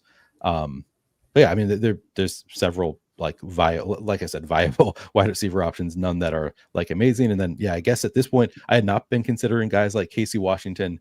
I guess I have to look at that closer now with Drake London out. I was expecting him to play, but maybe I'll try to work in a little bit of Casey Washington or somebody from Atlanta. Anything on any of the other Texans wide receivers? I want to, if you want my one in 150, you mentioned Allen Lazard. It would be on a field stack. I've always thought this is an absurd take, okay, but we got to get it off our chest. Tyler Johnson is good at football. Him and Bateman were together at Minnesota, and Tyler Johnson was originally better than Rashad Bateman. He came into the league. He obviously didn't pop quite like, and Bateman didn't pop right away either, right? But like we always kind of believed in Bateman.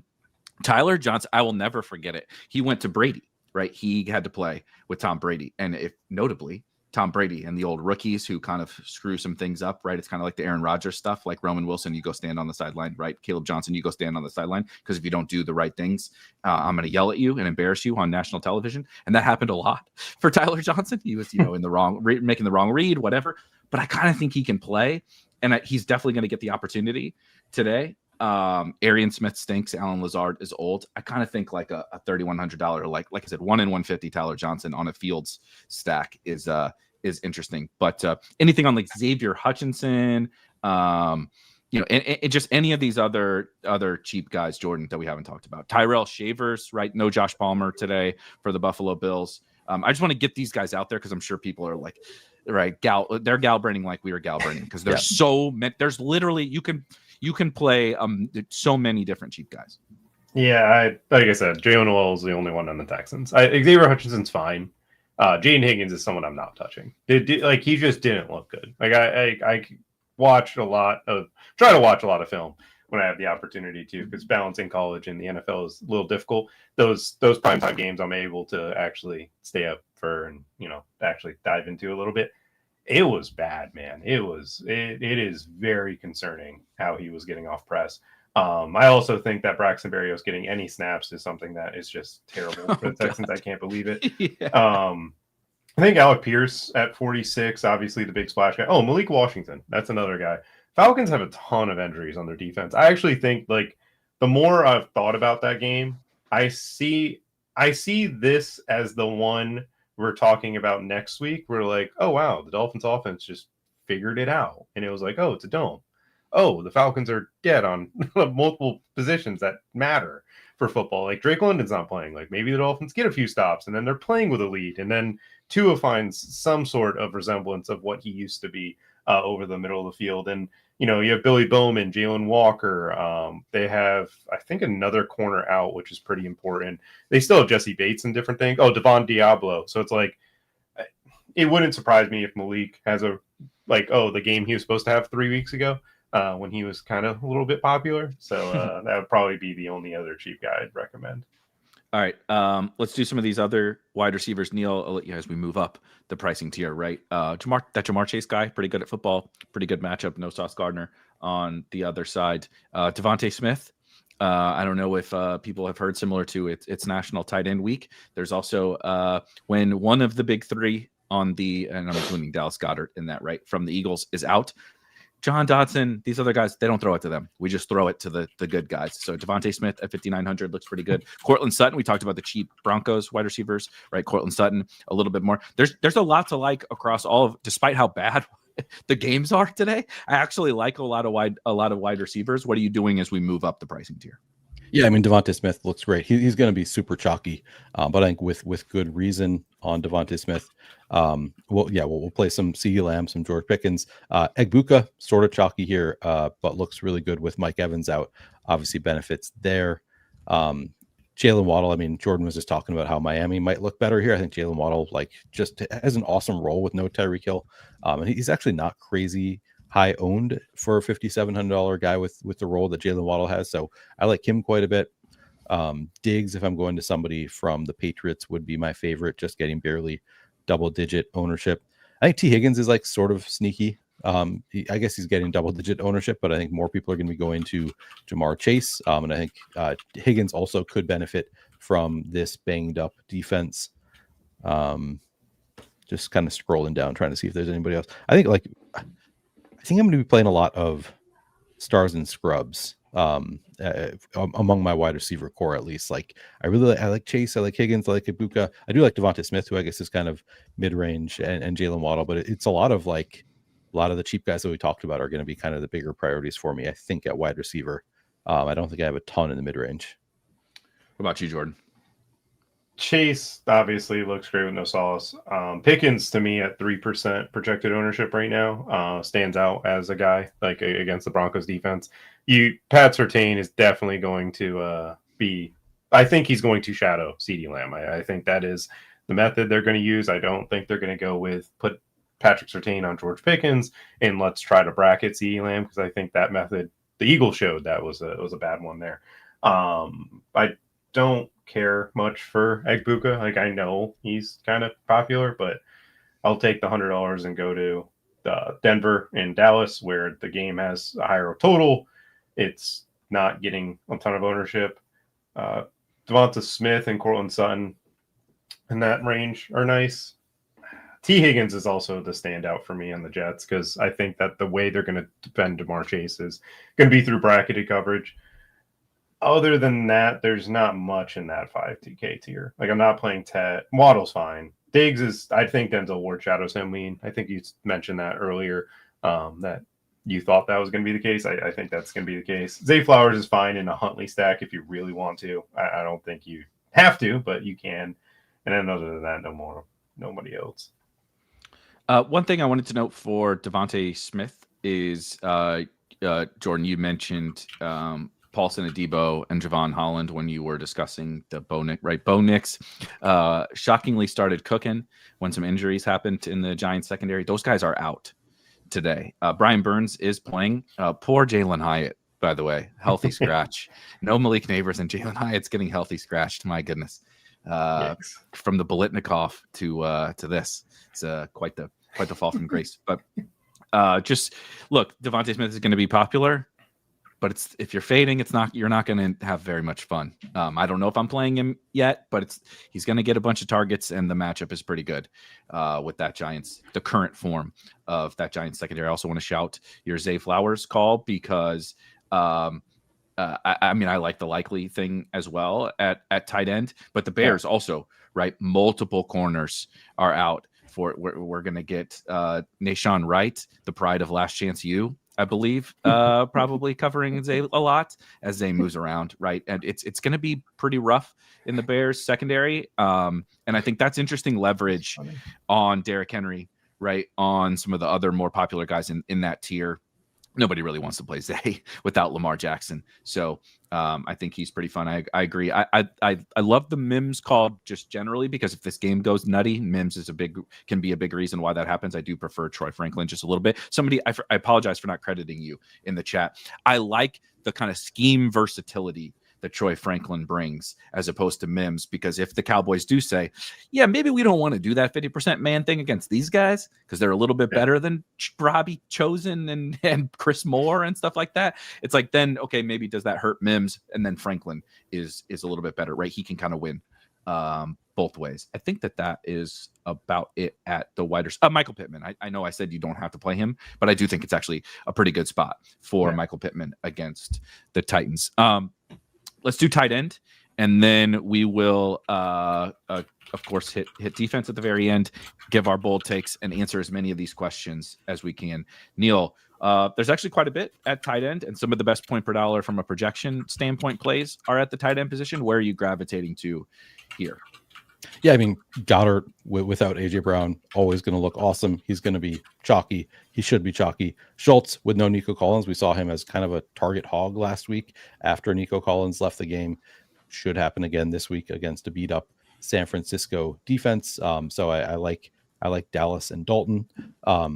Kittle, I mean, come on, it's National Tight End Week. George Kittle is gonna score a touchdown, right? He's got to score a touchdown, even in a tough matchup. Looks pretty good.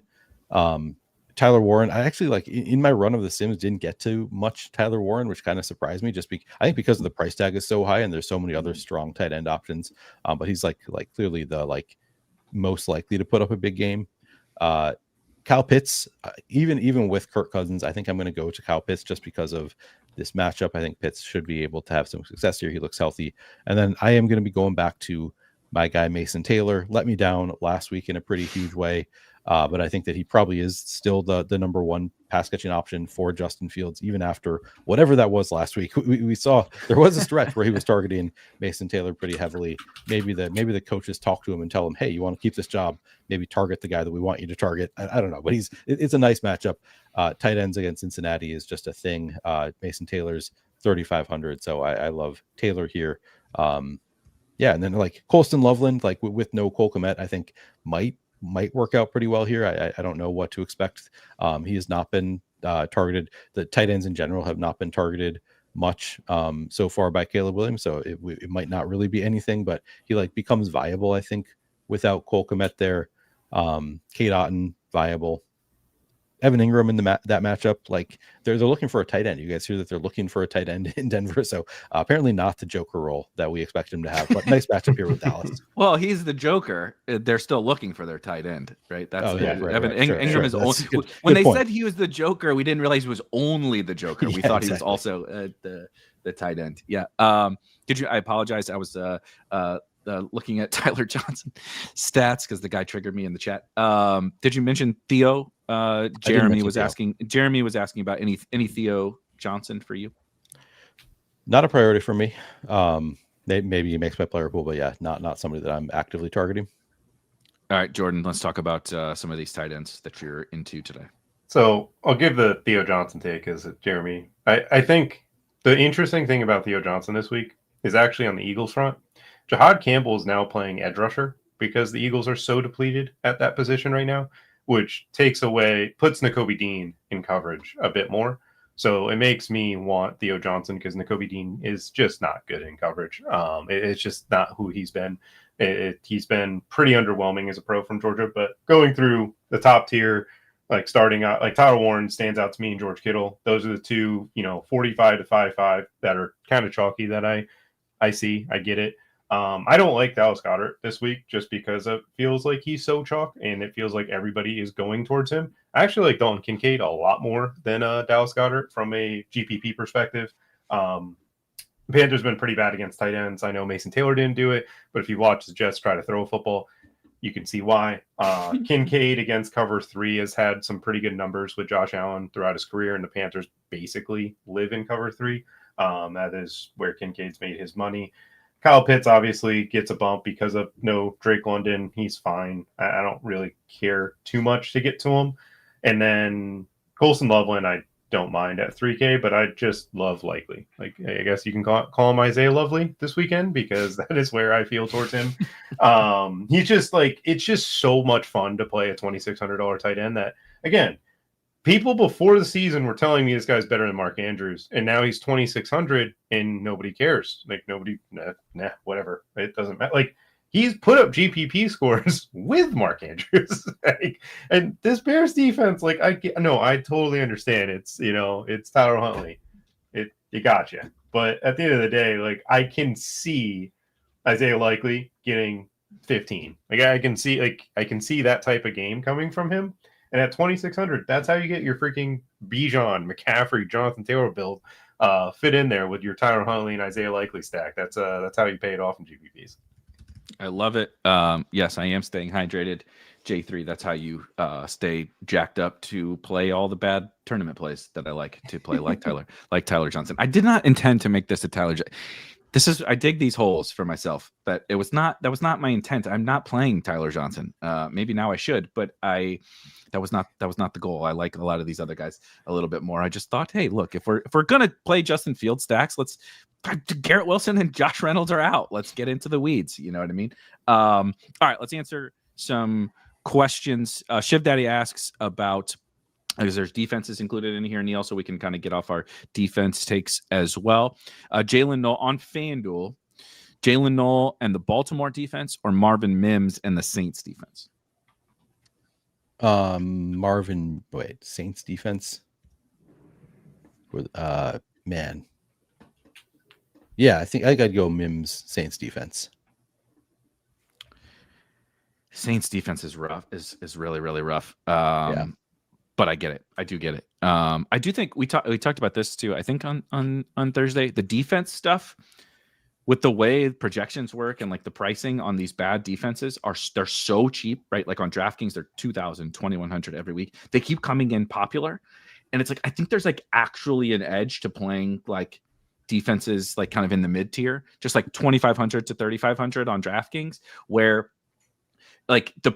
they're just never going to project better than even the Titans are always popular, the Saints, the Bengals, these crappy defenses. And it's just sure, technically anyone can score a touchdown as a defense, but there's you're getting it the Browns and the Vikings those weeks ago, and the Patriots, and these good defenses are coming in at 4 or 5% just because of the weird way that the projections and the sims are working. I think there's a glitch in the matrix almost on the defense side of things right now. So a little bit of ball knowing I believe Utica calls it bullying the Sims. If you bully the Sims at defense, I think it's a positive thing to do this week. What about we didn't talk about Jackson Dart, Jordan? Joseph asked Jackson Dart or Joe Flacco. Who do you prefer there? Flacco with the matchup. I know Philly. I know he was really fun against Philly the first time. Jalen Carter didn't play. If Jalen Carter plays, it's just a very, very different defense in Philadelphia. And with him out there, and at home, I think this could be a rough one. Joe Flacco on the other side. Jets run defense was pretty good against the Panthers for the most part. They were able to, penetrate gaps and do different things. I think with Flacco, it's like clearly, hey, Flacco's ceiling game comes through Jamar Chase and Higgins. You could just play all three, and that is how you win a GPP with Flacco this weekend. Like, that is the pathway. I love it. Neil, Darnell Mooney or Tez Johnson? Darnell Mooney. I think I would agree there. I love Tez, but Tez aspires to be Darnell Mooney, I think, and Ibuka is still there. We will be bringing on Crunch Time here in just a minute. I want to hit as many more of these questions as we can in the chat. If you have some, please drop them. We'll answer them here just in the next minute or so. We will give our kind of flag plant, bold calls, what's going to win tournaments, and then we'll bring on the Crunch Time folks. They'll take you all the way up until lock. Lone Wolf asked Jordan, will Patrick Surtain follow Lamb? I believe you said that's what you're kind of thinking, right? I was going to go look up. Kevontae Turpin's back, and he's been playing in the slot, which has moved CD more to the outside, if I remember. I don't have the numbers in front of me, but that's part of why you think Surtain probably follows Lamb. No, he'll follow him in the slot. The Surtain can go inside. The thing with that matchup in particular, I think Turpin will be off the field more often than his recent usage. And that's mainly looking at, Washington. Washington corners are pretty bad on the boundary. You can get away with just putting Kevontae Turpin in the slot. And they wanted CeeDee Lamb on the boundary in Dan Quinn's cover 3 scheme. Against Denver, I think they'll move him a little bit more inside against their cover 1. All right, Neil, last question. Mr. Richard wants to know, DK Cash quarterback. And this is fun because it's all 3 different price tiers. Huntley, Bo Nix, or Jalen Hurts? Who are you playing in cash? Bo Nix. I think just like the best point per dollar. Let's see. Jordan, favorite running back under 6K on DraftKings? Ooh, 6K, under 6K. So I can't take the easy Derrick Henry. Yep, no Derrick Henry. Dobbins without question. Dobbins for sure. Okay, now I lied about last week. Jake asks Neil, FanDuel single entry, Bengals and Colston Loveland, or the Saints and Dallas Goedert? A lot of Saints defense. Yeah, I'm going to the Saints defense with Dallas Goedert. None of this is because I like the Saints defense. It's just because I like the other side of it better, and it's just like defense is so random. I'm like, I'll just take the player that I like better. So yeah, give me the second one there. You heard it here first. Neil loves the Saints defense. Right. That is. We don't even got to go to him here in this section where he gives he pick on the possible MVP of the league. Jordan, bold call time, flag plant time. What is winning tournaments today? A play, a stack, whatever you know the rules. Yeah, I can't say Marvin Mims because I said him last week and it feels too dirty to take Marvin Mims one more time. So I'm going to take Isaiah Likely. I think that Isaiah Likely finishes in the top 3 of tight end scoring this weekend and pays off in a big way for GPPs. What you got, Neil? The one player is going to win a GPP. I'll go Justin Fields. He's lower. I was thinking Breece Hall, but Breece Hall's getting more ownership, so I'll go with the Justin Fields as my jet.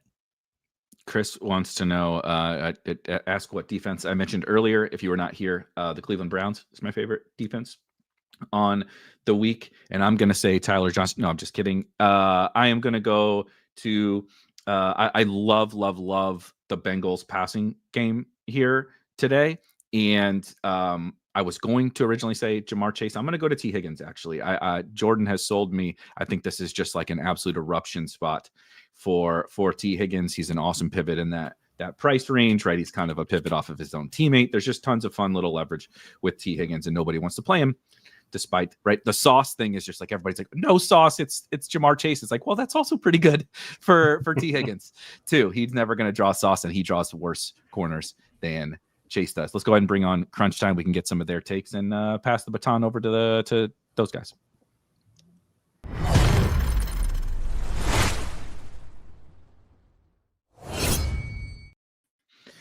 guys, you heard it. Neil is flag planting the Saints defense. I'm flag planting Tyler Johnson, and Jordan is flag planting Isaiah Likely. So you guys have all the salary. Do you have any favorite plays that can go with our bad takes that we just led over to you guys?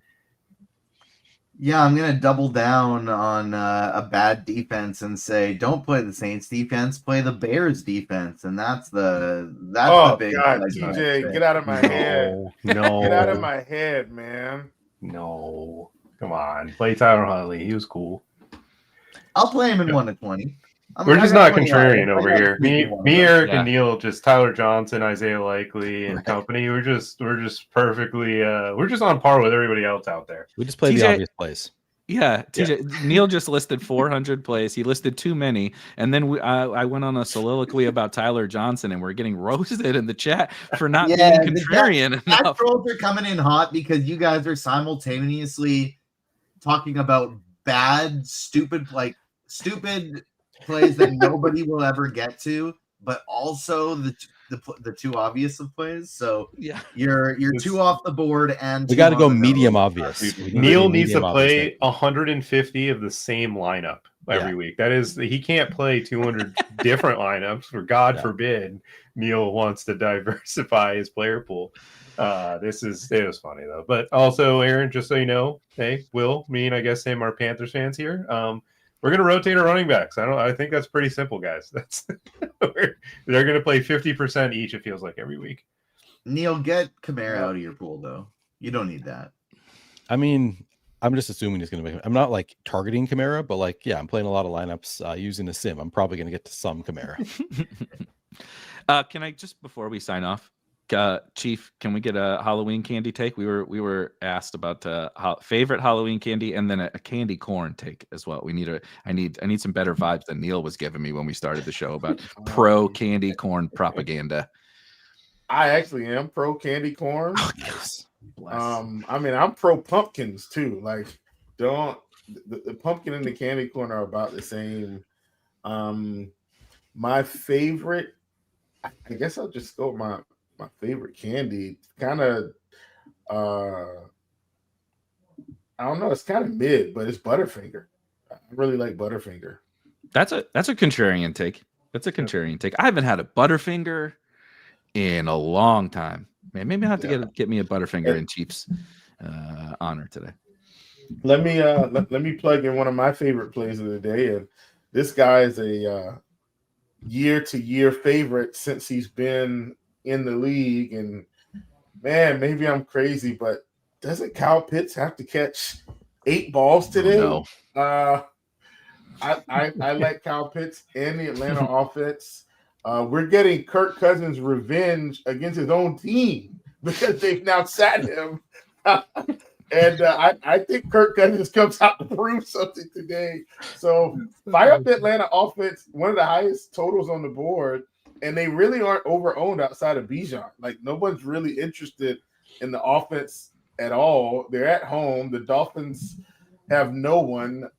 They stink.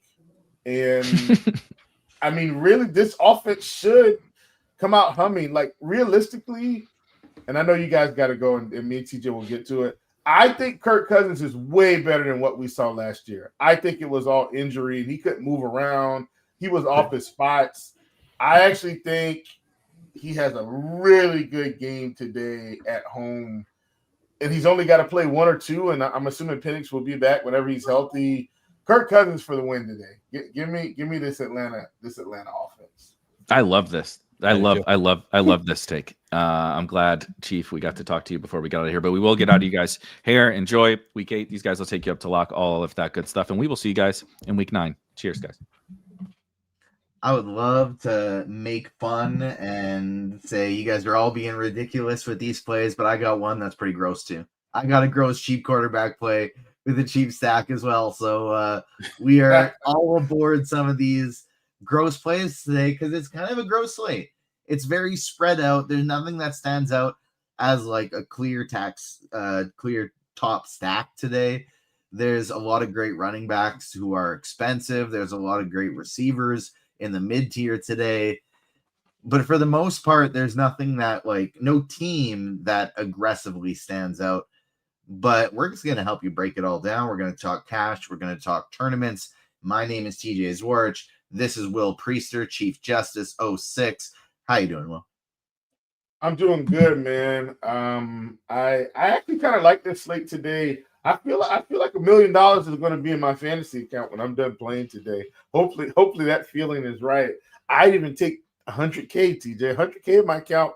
That's great too. But I'm actually feeling really good about this particular slate. And I'll kind of get into I guess the rest. But there are a couple bad teams that are facing reasonably good teams, and I feel like nobody's really on them at all. So I'm very interested in loading up on this slate for sure. Love this slate. All right, well, let's start diving into it. We'll go position by position, talk some stacks, take your questions. I'll take questions from the RotoGrinders live stream Discord chat as well as the YouTube chat. If you are watching us on YouTube, make sure you hit the like button, subscribe, hit the notification bell, but most of all, notification. Yeah, that was right. I thought I added another syllable in there for a second. But most of all, hit the like button, help us battle that YouTube algorithm.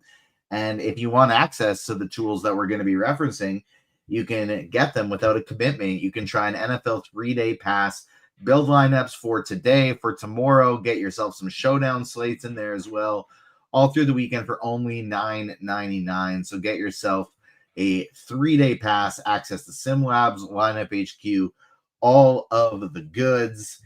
And if you're playing more than NFL, you want to play some of the other sports as well, you can get yourself access to Combo Pro, $79.99 for your first month. That's $40 off, only $5 more than NFL Premium. Might as well get the combo package for just $5 more. Get access to MLB for the World Series if you want it. You get NBA, you get college football, you get PGA, you get UFC, and the one I've been playing every day, having some great success with, NHL as well. Our NHL team is absolutely crushing it. Shout out to Dame, Tim, and the whole crew with the projections, with the lineups page, and of course with the Discord and RotoGrinders Discord, doing some great work there in the NHL channel as well. But Will, let's start diving into the slate. Time to talk some football.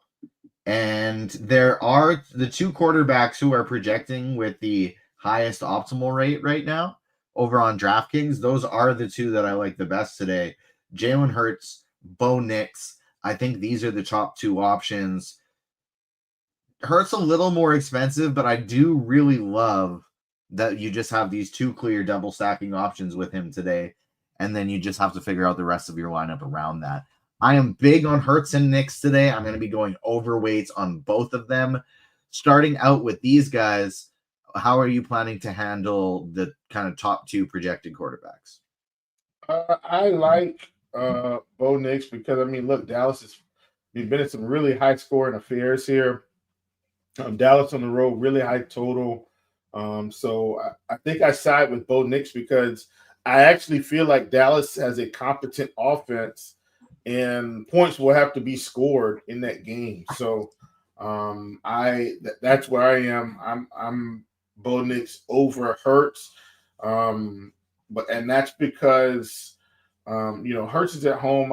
I think he's going to be fine, but I like the opportunity for more points in the Denver game. How many lineups are you playing today? How many and are you playing more on FanDuel or DraftKings?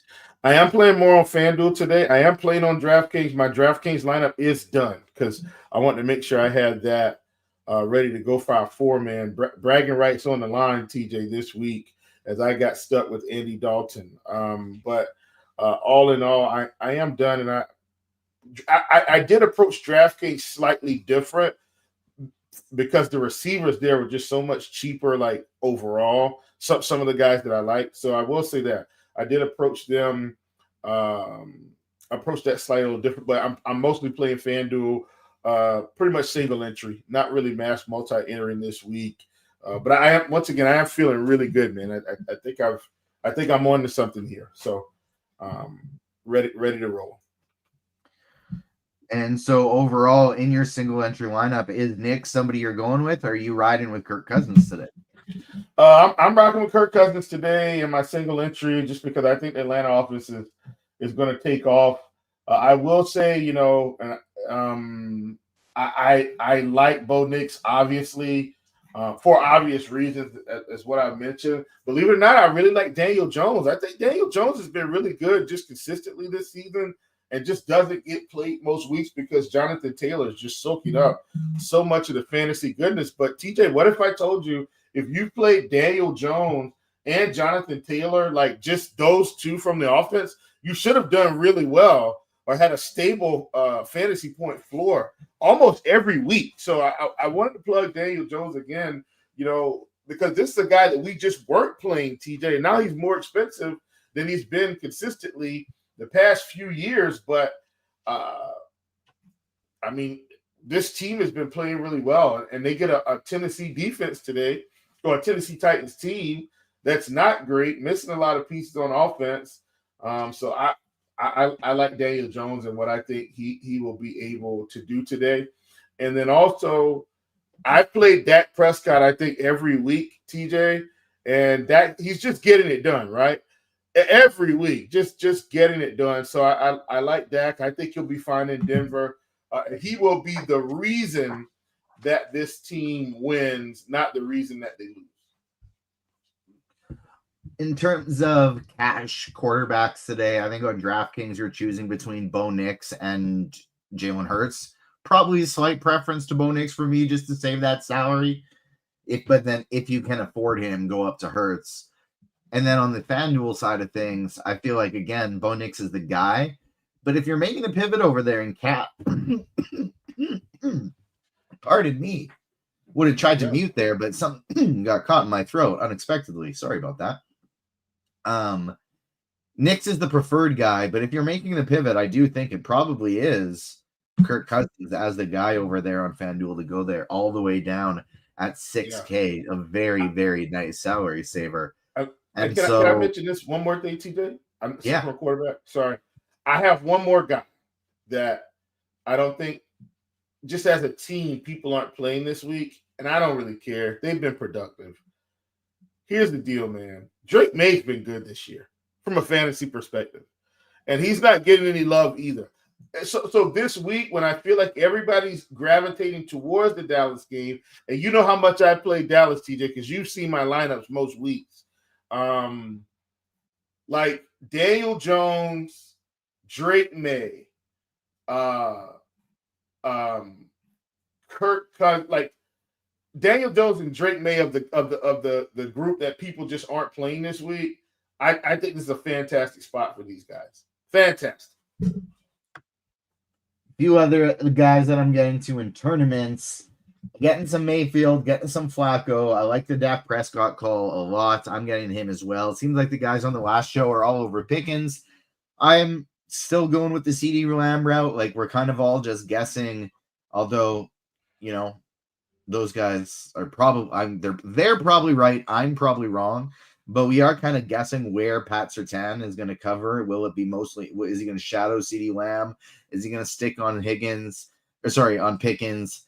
I'm kind of still hoping, because of how much CD Lamb moves around the field, that it's going to be Pickens that he sticks on, especially because Surtain is a big physical corner and Pickens is a big physical receiver. I could be wrong, though. I'm going with the Lamb side of things to pair him with, but I do really like, and I think you can do both, but I do really like Dak Prescott today. Like that call. I am getting a one Huntley team in 20, one Rattler team in 20 lineups, one Fields team in 20 lineups. But the gross guy I teased at the beginning of the show that I'm playing today, we are projecting for very, very, very low ownership. And this is more of a DraftKings play than a FanDuel's play, I think. Because like you mentioned, there's some good cheap punt receivers on DraftKings that aren't quite as cheap.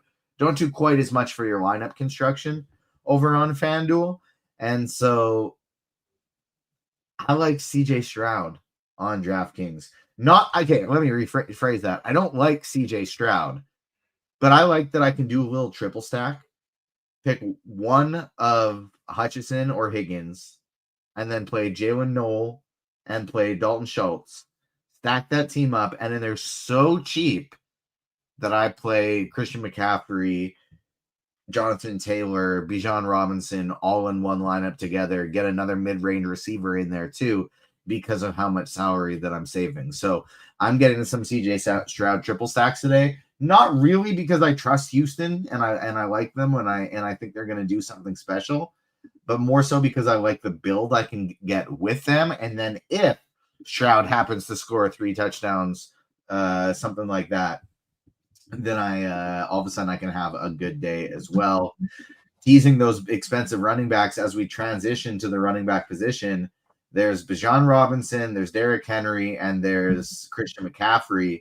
McCaffrey kind of looks like he's going to get squeezed here in terms of ownership, but he is very, very, very close to them in projections.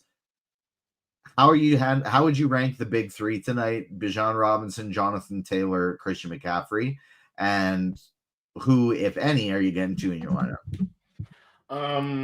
I'm definitely playing McCaffrey. So let me just say that. TJ, primarily because he's the cheapest out of that group and has more raw upside, I think, than these guys. I mean, Bijan's maybe close as long as Kirk Cousins continues to throw him the ball. But, Christian McCaffrey just has too many ways to get there. And he's cheaper than those guys on FanDuel. He's 9,100. On DraftKings, I'm pretty sure I'm going back to DK here. Sorry, guys. Going back to DK. Bijan's cheaper than him, but I still think, it's relative. It's $200. So I still think. So I think in my mind it's McCaffrey, Bijan, JT, but I think they're all equal in terms of relative production, if that makes any sense. Yeah, it's going to be Bijan, Taylor, and then McCaffrey for me, just because I don't know if McCaffrey's ceiling against a great Houston defense is going to be quite as high as Taylor's and Bijan's is. But catches, man, the catches. Oh, for sure. Absolutely. That's his floor is probably the highest of the three. And his median projection, I think, deserves to be right in line with all of them. He just seems the least likely to get 200 yards and a couple touchdowns today. Well, that actually feels on the table for Bijan Robinson and Jonathan Taylor, but that's baked into the ownership as well. And so I really like Christian McCaffrey today as well. I'm still getting to a lot of all three of those guys. I personally would rank it Bijan 1, Jonathan Taylor 2, Christian McCaffrey 3, with Bijan Robinson being the one guy I think on both sides that is the clear cash game play today. He is the one. If you can get to 2 of those guys in cash, great. But if you can only get to 1, I think Bijan Robinson is definitely that guy. On FanDuel, it's maybe a tougher call because Jonathan Taylor is so close in price to him. But I still think Bijan from a cash game perspective, probably the guy that I'd want to go with, but you can't go wrong with either one of those two today. On FanDuel, Derrick Henry's priced up at $8K, but he's actually still picking up some ownership, which I didn't expect it to be this high. On DraftKings, he's all the way down at $6K. And you got Rachaad White in the similar range. He's a little more expensive on DraftKings where it's point per reception. He's a little bit cheaper on FanDuel where it's not. How do you compare Derrick Henry and Rachaad White?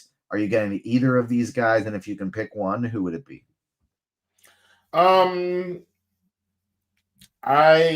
feel like it's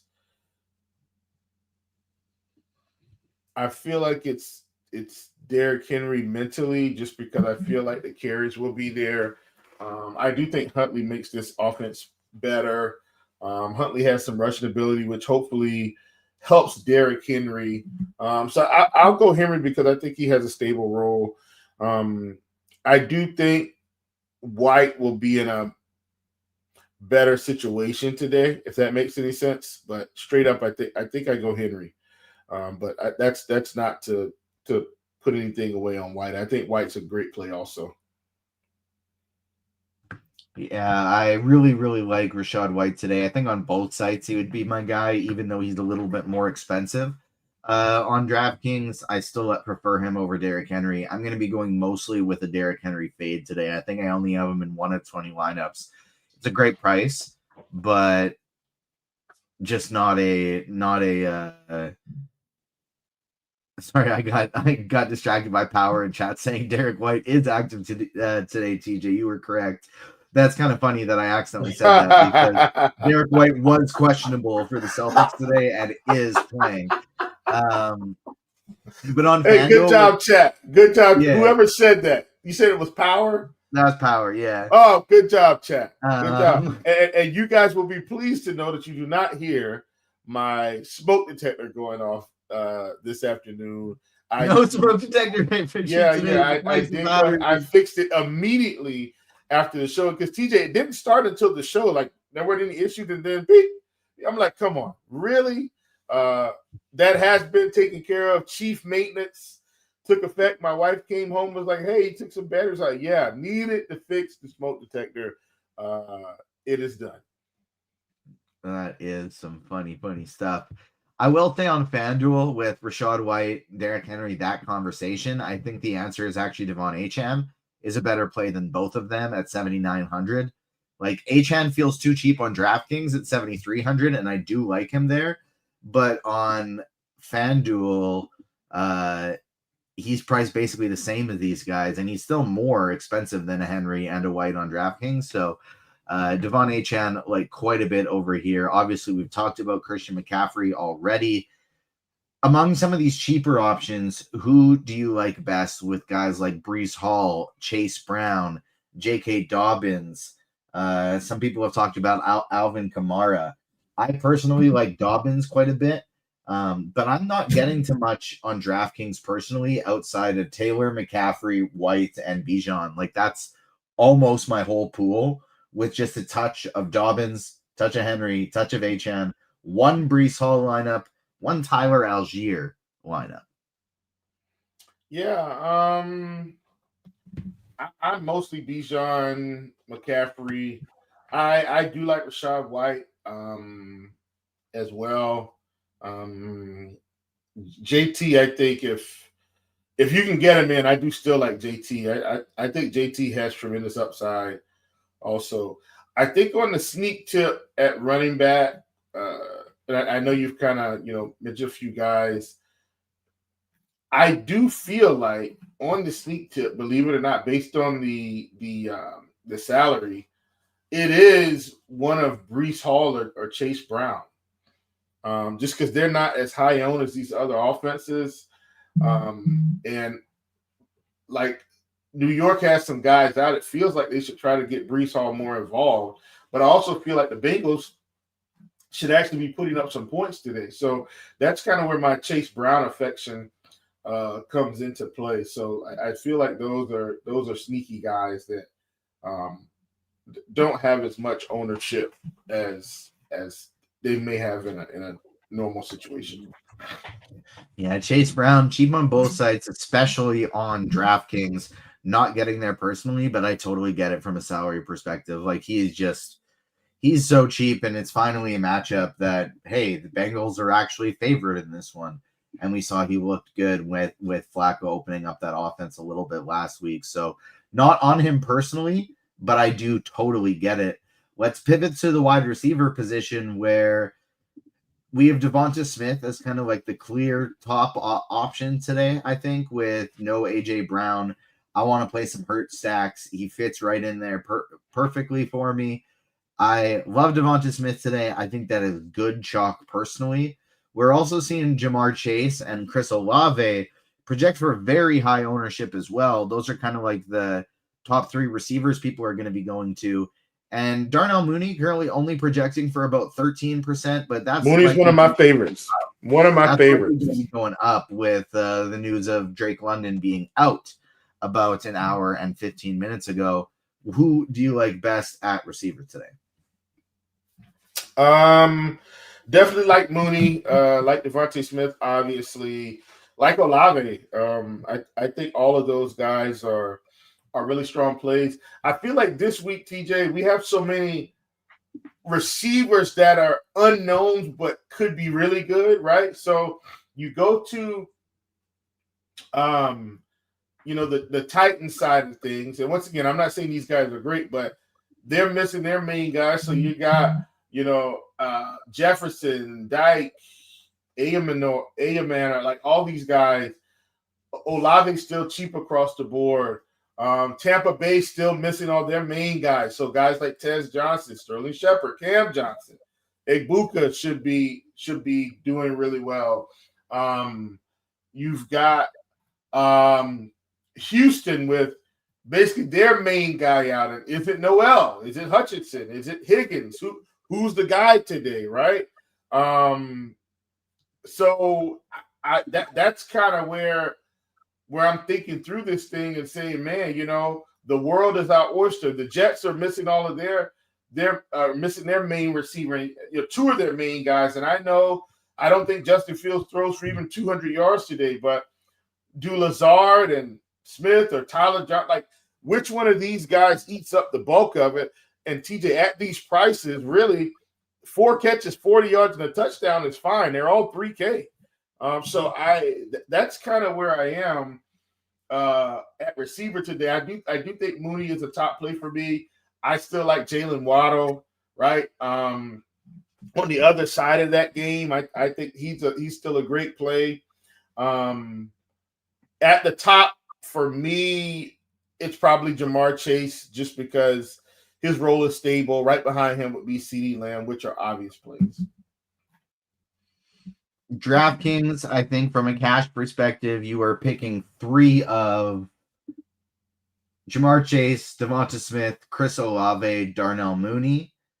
FanDuel, I think you're picking 3 of Devonta Smith, Emeka Egbuka, Chris Olave, Darnell Mooney, and then I forgot to add it for both sides. Jalen Noel, I always say Noel. Jalen Noel is in the cash game conversation as well. Nice and cheap for the Texans today.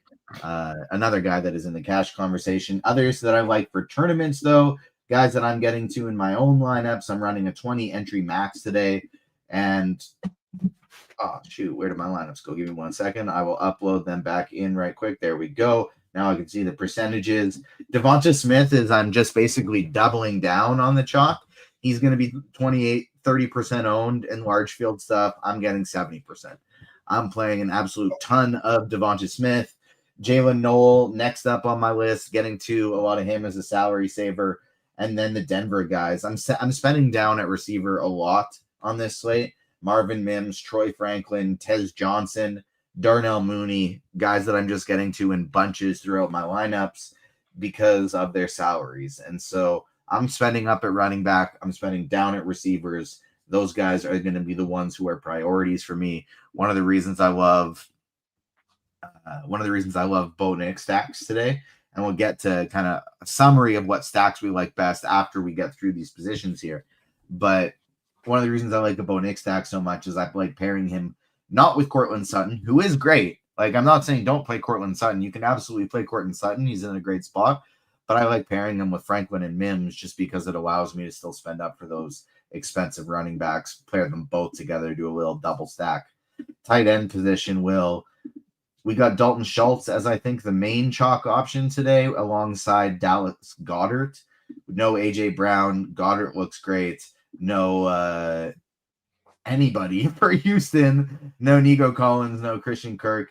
We saw after Collins went down last game that Dalton Schultz started picking up a ton of targets.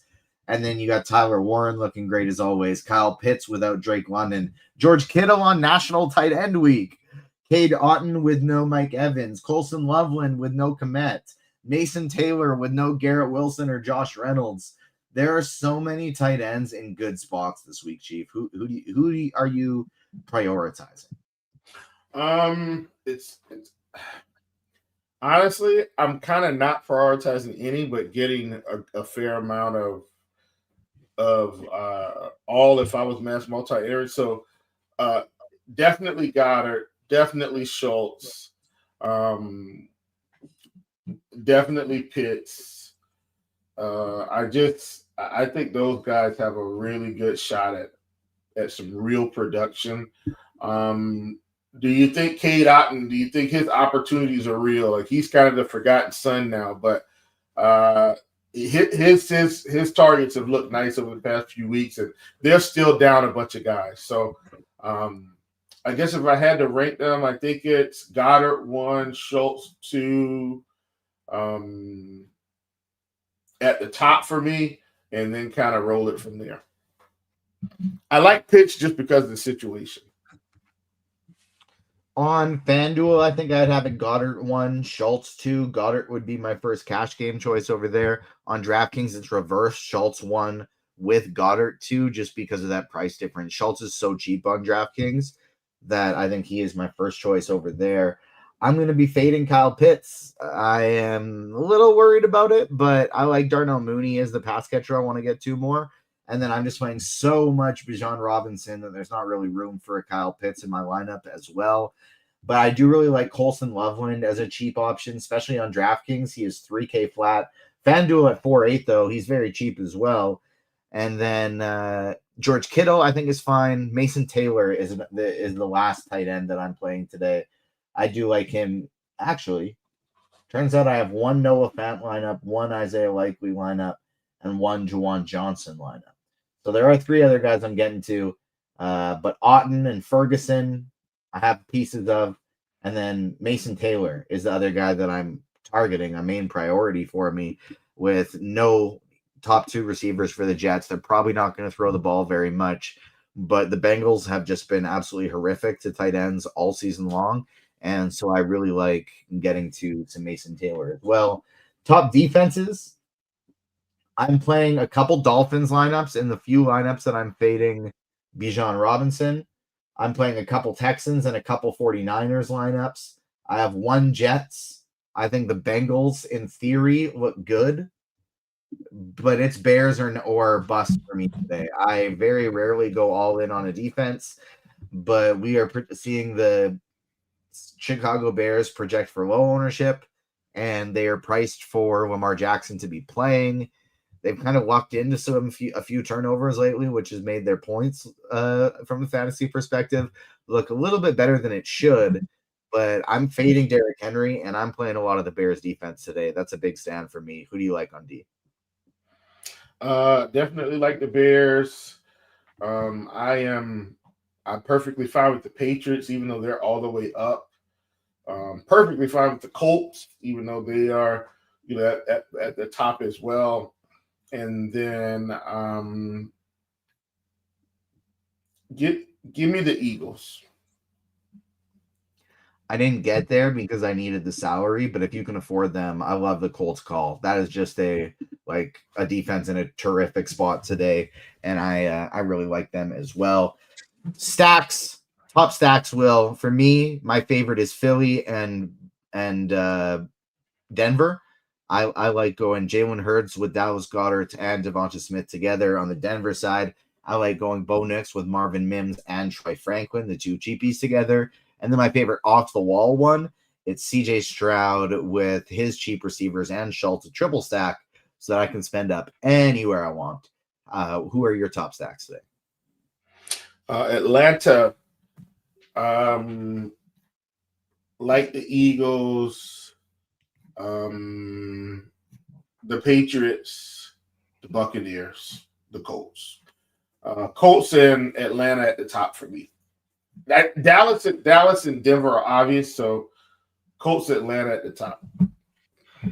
Hit the like button if you're watching us on YouTube. Get your questions into the RotoGrinders live stream Discord chat. Get them into the YouTube chat. I'll go Discord first, YouTube second. First question we have here: who has higher upside, Marvin Mims or Troy Franklin? I think from a pure upside standpoint, it's Mims. He is a big play guy. And it's so dependent on kind of what you think Dallas is going to do today. They're typically a zone defense team. Last week against the Commanders, they went heavy man.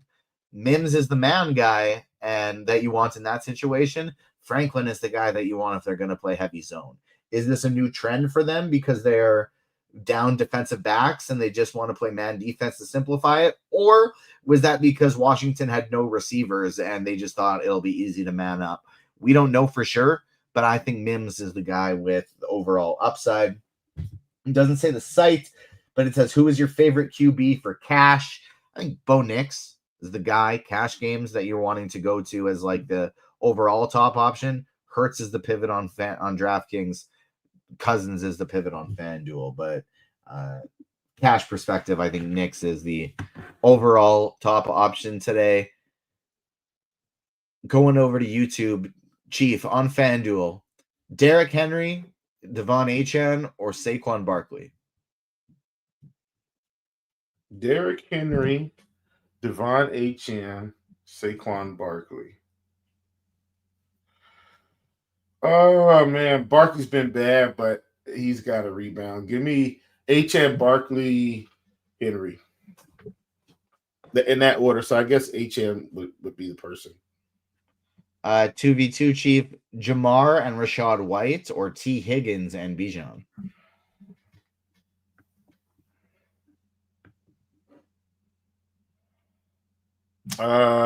T. Higgins, Bijan. I really like that side for tournaments as well. Best way to stack Atlanta, I would say. I mean, you're. I can tell you, I'm today, playing. so, I have Cousins, Robinson, Mooney. That's what I have currently. Cousins, Robinson, Mooney. I like that a lot as well. Dobbins, Achane, and White are my three guys. Fading the big three from Richie Smalls. That's nothing wrong with that. Updated Mooney ownership percentage. Let's see what we have right now. Last it checked, it was up to about 14%. Let's see if it has changed since then. Still at about 14. I think it gets steamed up, especially in single entry a little bit. This news did break late, so there's a chance it stays pretty low, but I think it's something people could also just get excited about and jam in. So I would guess maybe closer to 20% for Darnell Mooney in the large field stuff, potentially a little higher in the single entry, but probably still a good play today. Any DeAndre Swift hype for the mid-tier? I'm not getting any DeAndre Swift. How about you? Man, I kind of like Swift today, especially with me liking the Bears defense. I like Swift for what it's worth.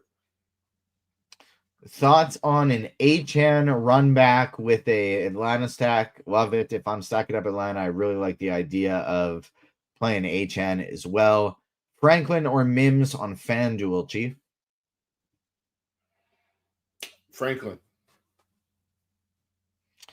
Olave, Goddard, and Falcons D, or Egbuka, Pitts, and Bears D? I like the Olave Goddard side on that one, but Egbuka is nice too.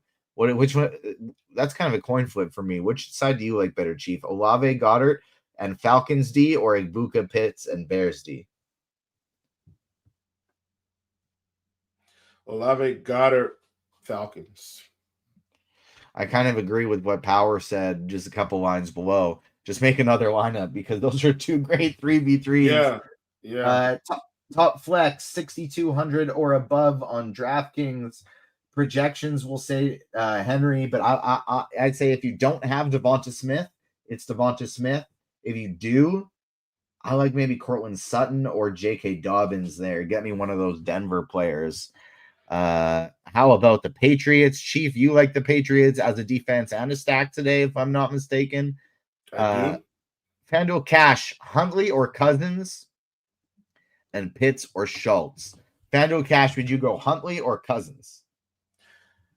I'm going Cousins. Maybe I'm wrong, but I feel like they're going to score points today, and I think he's going to be a part of that. And then Pitts or Schultz. I like Schultz there better, but if that lineup also is in some tournament lineups, just go with Pitts. Get your correlation. Like I think straight cash, straight projection, it's Schultz. But if you're getting your if you're putting that lineup in some tournaments as well, get yourself that correlation. Go with Kyle Pitts. FanDuel GPP for flex. You want T. Higgins, George Pickens, Rome Odunze, or Cam Scatterboo? T. Higgins, George Pickens, Rome, Scatterboo. Give me T. I like G there as well. Don't hate Pickens though for that price on FanDuel. DK GPP. Thoughts on Evan Ingram? No Evan Ingram for me today. No interest at all. DK GPP, Egbuka and Bears defense, or Dobbins and Colts defense. That's Egbuka and Bears defense. FanDuel, Goddard or Devonta? You want Goddard or Devonta to pair with? Maybe to pair with Hurts or just straight up? I take Smith. He's got more upside. Yeah, agreed. DK Cash, Knicks and Goddard or Cousins, Olave. Go Knicks and Goddard. Cousins. Oh, that is not a question. That's just a statement. There we go. Goddard or Devonta. We said Devonta. DeAndre Swift or Breece Hall?